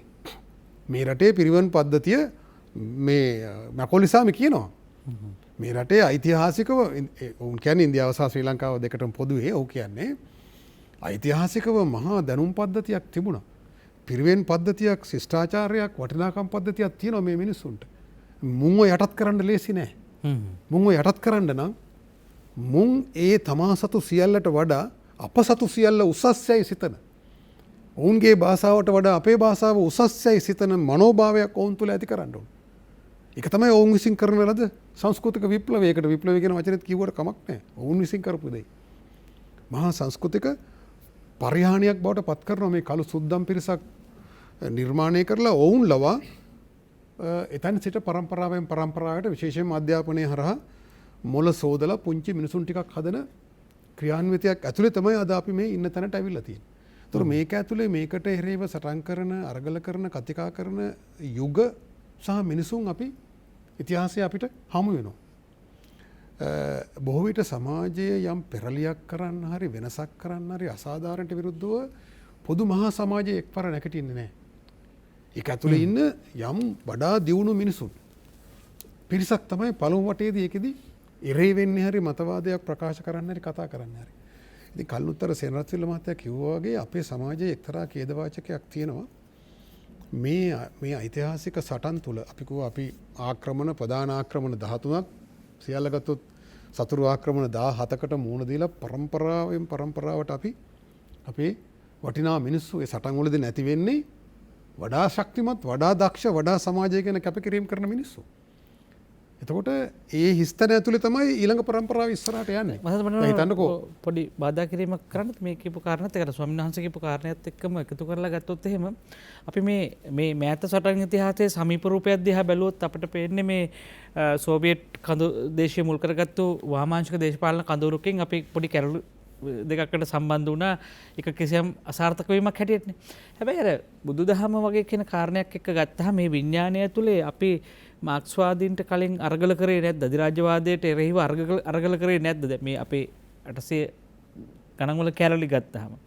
ඒක දැන් අපිට ඊට වඩා ගැඹුරු සටනක් අපි ඒ සටන ඉදිරියට පවත්වාගෙන ආපෙ නැතු ස්වරූපයක් නැද්ද අපිට ඒක? ඔය අතරම මාක්ස්වාදය යථාර්ථයක් බවට මාක්ස්වාදී න්‍යායන් ප්‍රායෝගික යථාර්ථයක් බවට පත් කරන්න එහෙම නැත්නම් සාධාරණ යුක්තිගරුක සමාජයක් සමාජවාදී සමාජයක් ගොඩනගන්න වඩා පහසුම සුදුසුම බිම තමයි බුදුදහම මුල් බැසගත්ත මේ බුදුදහමේ සભ්‍යත්ව උරුමය රැගෙන යන ඒ වටිනාකම් පද්ධතිය තුළ සවිඥානිකව සහ අවිඥානිකව ජීවත් වෙන සමාජයක්. එහෙම සමාජයක් තමයි සමාජවාදී සමාජයක් බවට වඩාත් පහසුවෙන් පරිවර්තනය කරන්න පුළුවන්. ඒ ගැන විවාදයක් නැහැ. යහපත් තැනකට තමයි වඩා යහපත් දේ එකතු කරන්න පුළුවන් වෙන්නේ. ඉතින් ඒ නිසා ඒ සමාජවාදයේ කෙරෙහි වූ විශ්වාසය ඒ සඳහා වන සටන අර අපේ බුදුදහමෙන් උරුම කරගත්ත යහපත් සමාජයක් හදන සටනත් එක්ක සමපාත වෙනවා. ඒක වියුක්තව එකට විරුද්ධව යන සටනක් නෙමෙයි. එතකොට මේකෙදී අපිට වෙච්ච අවාසිය අපිට ජාතියක් ලෙස මුණ දෙන්න වෙච්ච අවාසිය ඔබ මෑත කාලීනව කතා කරන්න. දැන් හිතන්න 71 අරගලය 89 අරගලය එවැනි අවස්ථාවල අපට නැති වෙච්ච තරුණයෝ ගත්තොත් ඒ තරුණයෝ තමයි මොනම හෝ අපි විශ්වවිද්‍යාලයේ කාලේ අපි අත්දැකීම් ගත්තොත් පන්තියේ ඉන්න හරි බැච් එකක ඉන්න වඩාත්ම සමාජය ගැන හිතන ඒ ගැන දුක් වෙන අනිත් මිනිහා වෙනුවෙන් කැපකිරීමක් කරන්න සූදානම් මිනිහාගේ තමයි ඉස්සලම් පන්ති තහනම් වෙන්නේ. එහෙම නැත්නම් කොමන හෝ ගැටුමකට මුහුණ දෙන්නේ ඒ වඩා උඩින් ඉන්න මිනිහා. අන්‍යයන් වෙනුවෙන් කොමන හෝ කැපකිරීමක් කරන්න සූදානම් කෙනා. දැන් හිතන්නකෝ අලි රංචුවක් අපි උඩින් හෙලිකොප්ටරයකින් බලලා මහා ශක්තිවන්තම අලින්ට වෙඩි තියලා මැරුවා කියලා. මේක නරකම උදාහරණයක්. එහෙම කිසිසේත්ම විය යුතු නැහැ. එහෙම එකක් නෙවෙයි මම කියන්නේ නිකන් උදාහරණයක් ලෙස. එහෙම කළොත් එහෙම ඊළඟ අලි පරම්පරා 3-4කින් කුරු අලියන් ටිකක් බිහි වෙනවා. එතකොට මේ උතුරේ සන්නද්ධ අරගල තුලදී පවා ඒ මැරුණෙත් මේ රටේ LTT සංවිධානය කුලී හමුදාවක් හදලා අපේ රටේ දරුවන්ගේ බෙල්ලේ සයනයිඩ් බන්දලා එකිනෙකා මරා ගන්න තල්ලු කරා. ඒ සටන් වලත් මැරුණෙත් මේ සමාජයේ මොනවා හරි වෙනසක් කරන්න පුළුවන් මනෝභාවයක් ඉදිරියෙන් හිටපු කට්ටිය ශක්තියක් හැකියාවක් තිබුණු මිනිස්සු. ඒතර අපි අර අලිරංචුවෙන් මේ ශක්තිවන්තම අලි ටික ඉවත් කරා වගේ මේ සමාජයෙන් පරම්පරා 2-3ක් ඇතුළත විශාල මේ රික්තකයක් ඇති කරනවා. හරි. දැන් අද අපේ විශ්වවිද්‍යාලයේදී අසාධාරණට විරුද්ධව නැකිටින්න එකවර 100 ගණක් ඉන්න දහස් ගණක් හිටියා. දැන් අද අපේ දරුවෝ විශ්වවිද්‍යාලයට ගිහිල්ලා අවිල්ලා කියන දේවල් බලුවම එහෙම තත්ත්වයක් නැහැ. එහෙම නැකිටින්න මිනිහෙක් නැහැ. තල්ලු කරත් නැකිටින්නේ නැති දරුවෙක් සහ මිනිහෙක් තමයි හැදිලා ඉන්නේ. එන්න පුංචි වෙලා තමන්ගේ පුද්ගලික රාමුව ඇතුලේ ජීවත් වෙන පුද්ගලිකත්වයේ ඇතුලේ ජීවත් වෙන ආත්මාර්ථකාමී මිනිහෙක් හදලා තියෙනවා. එතකොට ඒ මිනිහා අර කෝවෙන් ගලව ගන්න අවශ්‍ය සමාජ ක්‍රියාකාරීත්වය ඇති කරන්න පුළුවන් මිනිහෙක් නෑ. මේ මිනිස්සු දැන් මේ සමාජයෙන් ඉවත් කරලා උන් පුංචි වෙලා. ඉතින් ඒ නිසා අපිට මේ සටන අමාරුයි. අපි යම් රික්තකයක ඉන්න තත්ත්වයක් තියෙනවා. ඒ නිසා සෙන්රත් සිල මහත්තයා කියන කාරණේ මම පිළිගන්නවා. එහෙම නව නිදහස් සටනක් ඕන. ඒ සඳහා සමාජයේ පෙළ ගැහෙන්න ඕන. ඒකට අවශ්‍ය මූල බීජ මේ සමාජයේ තියෙනවා. නමුත් ඒක එහෙමම ලේසි නෑ කියලා මම කියන්නේ. ඒක අධෛර්යමත් වෙන්න කියන එක නෙවෙයි. ඒක එහෙම ලේසි නෑ. ඒ අතර ඒකේ ප්‍රමුඛතම සටන් බිම තියෙන්නේ මෙන්න මේ සංස්කෘතික සටන් බිමේ කියන එකත් කියන්න ඕනේ. ඔව් මෙතුමා ළඟට ගිහිල්ලා තව මිනිත්තු දෙකක් අපිට අවස්ථාවක් ගන්න පුළුවන්. සෙනරත් මහත්මයා දැන් අර මෙතුමා කිව්ව කාරණෙත් එක්ක වසන්ත බණ්ඩාර මහත්මයා කිව්ව කාරණේ අනුව දැන් මෙතනදී සමස්තයන්නේ නේ අපි දන්නවා ඇබෑරුතු ඇත කියලා අපි දන්නවා පොදුවේ යනකොට මේ නව මේ තනතුරු තියෙනවා කියලා. හැබැයි වගේ මේ සටනට නව මිනිස්සු කෝණය කර තිබේවායි කියලා එකක් එනවනේ. ඒකෝර දැන් ඒ කියන්නේ මේ මිනිසා ඉක්මවා හිතපු මිනිස්සු කණ්ඩායමක් හිටිය අපිට අහිමි වුණා අපේ අරගලවලදී. වඩාම වේගෙන් කම්පනය දැනෙන පිරිස මේ දුනහම කම්පන වැඩ කරන්න නැති මිනිස්සු ටිකක් ඉන්න පුළුවන්. මේ කම්පනය වැඩ කරන සටනක් ඇති බව තේරුම් ගන්න මිනිස්සෙකු හදන එක ලොකු වැඩක්. ඒ හදන කර්මාන්ශාලා ටික තමයි පාසල. මිනිස්සු හදන කර්මාන්ශාලාව පාසල. ඒකේ විෂය න්‍යාය පත්‍ර හදලා තියෙන්නේ බටහිර අධ්‍යාපනයේ. දැන් මම කියන්නේ අපේ තියෙන මේ අපි මේක බහුදිශාර්ථ නැත වෙන්න තියෙන කාරණා ටික. ඒතකොට දැන් මේවා හදන්න නැතුව අපිට ওই ගමන යන්න පුළුවන්ද? මේ කියන සටරන් බීමට යන්න පුළුවන්ද? කොහොමද ඒක හදන්නේ? මේ මිනිසා පව් කරන මිනිහෙක් හදන්නේ කොහොමද? ඉතාම වැදගත් ප්‍රශ්නයක්. මම දන්නේ මේ අවසාන වශයෙන් අහපු ප්‍රශ්නේ ඉතාම වැදගත්. ඒ මිනිහව හදන්න පුළුවන්. මම උදාහරණයකට පහසුව සඳහා කිව්වොත් අපේ රටේ තියෙනවා අනර්ග කෘතියක් මහාවංශය කියලා.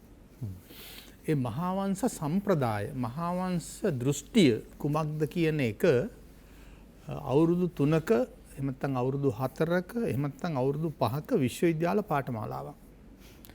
ඒ දෘෂ්ටිවාදය සම්බන්ධයෙන් අපේ රටේ අධ්‍යාපනයක් නැහැ. මහාවංශ අධ්‍යයන ආයතනයක් නිර්මාණය කරන්නට ඕන එක්ක බාහිරාංශයකින් එහෙම නැත්නම් රාජ්‍ය මැදහත්වීමකින්. මහාවංශය ලිව්වේ ඇයි? මොකක්ද මහාවංශය තුල තිබිච්ච දෘෂ්ටිවාදය? මහාවංශය ලියන්න හේතුපාදක වුණු කාරණා මොනවද? මේ අග්නිදිග ආසියානු කලාපයේම නෙමෙයි චීනයේ සහ ඉන්දියාව පුරාත් මේ බුදුදහම තිබුණා. ඒත් අපි පස්වෙනි සියවසේ කිසියම් හේතුවක් නිසා දත්සෙන් රජුරුවන්ගේ කාලෙදී මේ කාරණාව ලියන්න තීන්දුව කරනවා. කිසියම් ආකාරයක අනතුරක් දකිනවා අපේ සංඝයා වහන්සේලා. ඒ නිසා මේ කාරණාව ලියනවා. ඒ නිසා එදා ඉඳලා මහාවංශ දිගටම ලියනවා අපේ හාමුදුරුවෝ. ඒක බැලු බැල්මට කෙනෙකුට නිකන් කතන්දර පොතක් වගේ පේන්න පුළුවන්. හැබැයි මහාවංශය තුල හෙළිදරව් කරනවා මේ ජාතියක් මේ ආසියානු කරේ පමණක් නෙමෙයි ලෝකයේම වෙනස් කිරීම සඳහා ක්‍රිස්තු පූර්ව 6 වෙනි සියවසේ උපන් සිද්ධාර්ථ කියන මේ රජ පුත්‍රයෙක් ආධ්‍යාත්මික සුවයපතා ඒ සියල්ල අතහැරලා ගිහිල්ලා දිග අධ්‍යයනයක යෙදিলা අවුරුදු 6කට පස්සේ කිසියම් ආකාරයේ ආධ්‍යාත්මික දර්ශනයක් ලෝකයට කියනවා. ආන්ගේ ආධ්‍යාත්මික දර්ශනය අශෝක අධිරාජ්‍යය විසින් ලංකාවට එවුවයින් පස්සේ ලංකාවේ ඒක ඉතා ගැඹුරු විදියට මුල් අල්ලා පවතිනවා. ලෝකේ රටවල් 9කට ධර්මදූත කණ්ඩායම් යවනවා. ලංකාව හැර අනිකුත් කිසිම ධර්මදූත කණ්ඩායමක් මේසා විශාල සාර්ථකත්වයක් ගන්නෙ නැහැ. ඒ නිසා එහෙම ගත්තේ මේ රටේ රාජ්‍යත්වය ඒකේ ගැඹුර තේරුම් අරගෙන ඒක වඩා හිඳුවා ගැනීම සඳහා ගත්ත ක්‍රියාමාර්ග එක්ක. ඒ සම්බන්ධයෙන් අපි විශාල මූලෝපායික ක්‍රියාවලියක් ආරම්භ කරොත් මේ අර ජව සම්පන්න මිනිහව ආයාපව හදන්න පුළුවන්. ඉතිහාසයට පෙම්බඳින මිනිහව නිර්මාණය කරන්න පුළුවන්. සભ્યත්වය ඉගෙන ගත්ත මිනිහට ඒ රට හදන්න පුළුවන්. ලෝකේ අවබෝධ කරගන්න පුළුවන්. මේ ලෝකේ හැම දෙයක්ම මේ නිර්මාණය කරලා තියෙන දේවල් සමග ලෝකයට ආපහු අලුත් මිනිහෙක් හදන්න පුළුවන්. ඒ හදන ආධ්‍යාත්මික මිනිහා ලෝකයේ සියල්ල ජය ගන්න පුළුවන් සමත් වෙන මිනිහෙක්. ඔව් අපි හිතනවා ඒක ලැබෙයි කියලා වසන්ත බණ්ඩාර මහත්මයා මේ අන්තිම කෑල්ල හිර වෙන තැන ආණ්ඩුවට නැත්නම් ආණ්ඩුව ඇවිල්ලා ශක්තිමත් කරනවා අය කියන රාජ්‍යයට සටනක් නැද්ද මේකේ මිනිහා වෙනුවෙන්? ඒක හදන්න කොහොමද? ඊටාම මිනිත්තු 2යි තියෙන ඔබතුමා. ඔව් ඒක හරි. ආණ්ඩුවට සටනක් තියෙනවා. හැබැයි ආණ්ඩුව පෙළඹවීමේ සටන තමයි මහජනයාගේ උරමත තියෙන්නේ. රයිට්? එතකොට මට මේ දැන් අවස්ථාව ඉවර නිසා මට එක වැදගත් දෙයක් කියන්න ඕන මේ සමස්තය මේ සටන සෙනරත් සිල් මහත්මයා කියන මේ අද ජීවත් වෙන මිනිසුන් මේක මේ පිළිබඳව අධ්‍යයනය කිරීම කතා කිරීම මේ සටන ආරම්භ කිරීම ඒක යම් ආකාරයකට සමාජය තුළ තියෙනවා. අපි හිටියත් නැතත් මේ කතාව සමාජය තුළ සිදුවෙමින් තියෙනවා. හැබැයි මේ සටන තීව්‍ර කරලා ඉස්සරහට අරන් ගිහිල්ලා එක්තරා ජයග්‍රාහී මට්ටමකට ගෙන එන්න නම් සීමාවකට ගෙන එන්න නම් මේක අනවරත සටනක්. මේක මේ ඉවර කළා ජයග්‍රහණයෙන් නිම කරනවා කියලා එකක් නෙමෙයි. මා කිව්වේ මේ මානව සමාජයේ පවතින තාක්කල් මේ නිරන්තර සටන තියෙනවා. මේකෙදි ප්‍රධානම කොන්දේසියක් තමයි අධ්‍යාපනය. අපේ රටේ මේ බටහිර ගැති අධ්‍යාපනය ක්‍රමයේ ක්‍රමානුකූලව ප්‍රතිසංස්කරණ හරහා මේ කුණුහාරපයක් දැන් කියනවා ශිෂ්‍ය කේන්ද්‍රීය අධ්‍යාපනය. ඒ කියන්නේ අන්තර්ජාලයෙන් විසිකරන අර දරුවන්ට ටොපි විසිකරාම අහුලගන්නේ. දුවිලි ගෑවිච්ච ටොපි සීන බෝල කටේ දාගන්නවා වගේ මේ විසිකරන දැනුම අහුලගන්න ඊනියා ශිෂ්‍ය කේන්ද්‍රීය අධ්‍යාපනය කියලා කුණුහාරපයක් දැන් අවුරුදු ගණනාවක් දශක ගණනාවක් තිස්සේ මේ අපමත පටවලා තියෙනවා. ඒක ඇතුළේ තමයි මේ දරුවා මේ අතරමං වෙච්ච දරුවෙක් හදන්නේ. අපිට ඕන නැවත දිසාපාමොක් පරපුරේ අධ්‍යාපනය, ගුරු කේන්ද්‍රීය අධ්‍යාපනය, දියුණු ගුරුවරයා විසින් ශිෂ්‍යයා හසුරවන, සමාජයේ හසුරවන තැනකට අපි යන්න ඕන. ඒකට ප්‍රධානම ඒ කියන්නේ අපි රාජ්‍යයත් අපේ මේ කියන අධිරාජ්‍ය විරෝධී අරගලයට අවශ්‍ය පූර්ව කොන්දේසි සපුරන්න අපිට රජයත් එක්ක සටනක් තියෙනවා නා. ඒ පළවෙනිම සටන තමයි වෙන ආර්ථික ආරෝමීය සටන් වලට වඩා පළවෙනිම සටන තමයි මේ අධ්‍යාපන ක්‍රමය සහ පද්ධතිය වෙනස් කිරීමේ සටන. නිදහස් අධ්‍යාපනයේ අයිතිය ආරක්ෂා කරගන්න අතර මේ ඊනියා ශිෂ්‍ය කේන්ද්‍රීය අහසේ පාවෙන අධ්‍යාපන ක්‍රමයේ වෙනුවට ගුරු කේන්ද්‍රීය අධ්‍යාපනය සහ ගුරුවරයා වෙනස් කිරීමේ අධ්‍යාපනය. ඒක නීතිමය රාමුකුත් එකට අවශ්‍ය වෙනවා. ගුරුවරයා කියන පුද්ගලයා වෛද්‍යවරයාටත් වඩා ආචාර ධර්ම රකින්න පුද්ගලයෙක් බවට පත් කරන නීතිමය රාමුවක් අවශ්‍යයි. එහෙම දියුණු ගුරුවරයෙක් නිර්මාණය කිරීමෙන් පමණයි අනාගත පරපුර අපිට අර කියන දියුණු මිනිස්සයා හදන්න පුළුවන්. මේ කියන අන්තර්ජාලයෙන් විසි කරන කසල ඔලුවට දමා ගන්න ශිෂ්‍ය කේන්ද්‍රීය අධ්‍යාපනය කියන මේ අද පවතින වර්තමාන ක්‍රමවේදය නම් ඉස්සරහට යන්නේ අපි අර කියන අය අනවරත දීර්ඝකාලීන සටනට අවශ්‍ය මිනිහා හදන එක ලේසි වෙන්නේ නැහැ. රාජ්‍ය පිස්සු කෙලනවා නම් මේ තියෙන රාජ්‍ය පද්ධතිය ටෝන විදියට යන්න දීලා එළිය පරිබාහිරව මේ පොඩි මිනිස්සු ටිකක් එකතු වෙලා මේක කරන්න බෑ. එහෙනම් රාජ්‍ය සමග යම් ගැටුමක් තියෙනවා නම් මේ සංස්කෘතික මිනිහා නිර්මාණය කිරීමට අදාළව ඒ අධ්‍යාපන පද්ධතිය නිවැරදි කිරීමේ ගැටුම තමයි අංක 1 ගැටුම. දැන් විජාතික අධ්‍යාපනයකින් විජාතිකකරණය වළක්වන්න පුළුවන්ද? ගෝලීය ප්‍රාග්ධනය විසින් හසුරුවන අධ්‍යාපන ක්‍රමයකින් ගෝලීය ප්‍රාග්ධනයට එරෙහිව සටන් බිමක් හදන්න පුළුවන්ද කියලා න්‍යායාත්මක ප්‍රශ්නයකටත් අපි මුහුණ දෙනවා. නිසා ජාතික අධ්‍යාපන ප්‍රතිපත්තිය කිව්වට ජාතික අධ්‍යාපනය කියලා කිව්වට මේ වගේ සම්පූර්ණ න්‍යායන් මූලයන් හසුරුවන්නේ වෙනත් අය නම් අපට අපේ අධ්‍යාපනයක් කොහෙන්ද? අතහැරීම සැහැල්ලු දීපෙවතම පෙවත ප්‍රමාණවත්යයි සිතීම කෙනෙකුට අපිට ගැන්නුවේ කොහෙන්ද කියලා අපි ආපහු හිතන්න ඕනේ. නිසා සරල සැහැල්ලු ශ්‍රී ලාංකේය හෙළ ජාතිකත්වයේ මත පදනම් වෙච්ච ධර්මයේ මත හිතන ශීලය විනය ශික්ෂණය මත හිතන මිනිසෙකු නිර්මාණය කිරීම ඇතුලේ මේ මහා සටනට අවශ්‍ය දැනුම පුහුණුව ලැබෙයි කියන විශ්වාසය අපට තියෙනවා. ගෘහස්ත මට්ටමේ සිට ජාතික මට්ටම දක්වා මේ පුහුණුව ආරම්භ කරන්න වෙනවා. මේ පුහුණුව ලෝකයටම අවශ්‍යයි. ලෝකේ ඉන්නේ ලෝකේ බේර ගන්න කඳවුරු සහ ලෝකේ විනාශ කරන කඳවුරු ප්‍රාග්ධනයේ ලාභය සහ බලය විසින් ලෝකේ විනාශ කරමින් යනවා.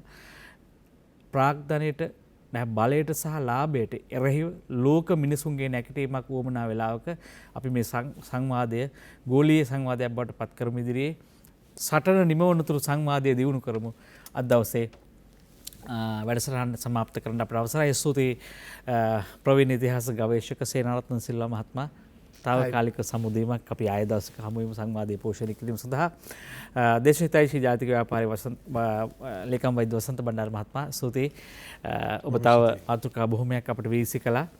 අපි ආය දවසක මේ සංවාදයේ තවත් දිගුවක් තිබේ යයි මා විශ්වාස කරනවා. කලබල දේශපාලන කාරණා නැති මොහොතක හමු වෙන්නම් මෙවැනි සංවාදයකදී අපි ගිහිල්ලා යන්නම් ඔබට ජයග්‍රහී අනාගතයක්.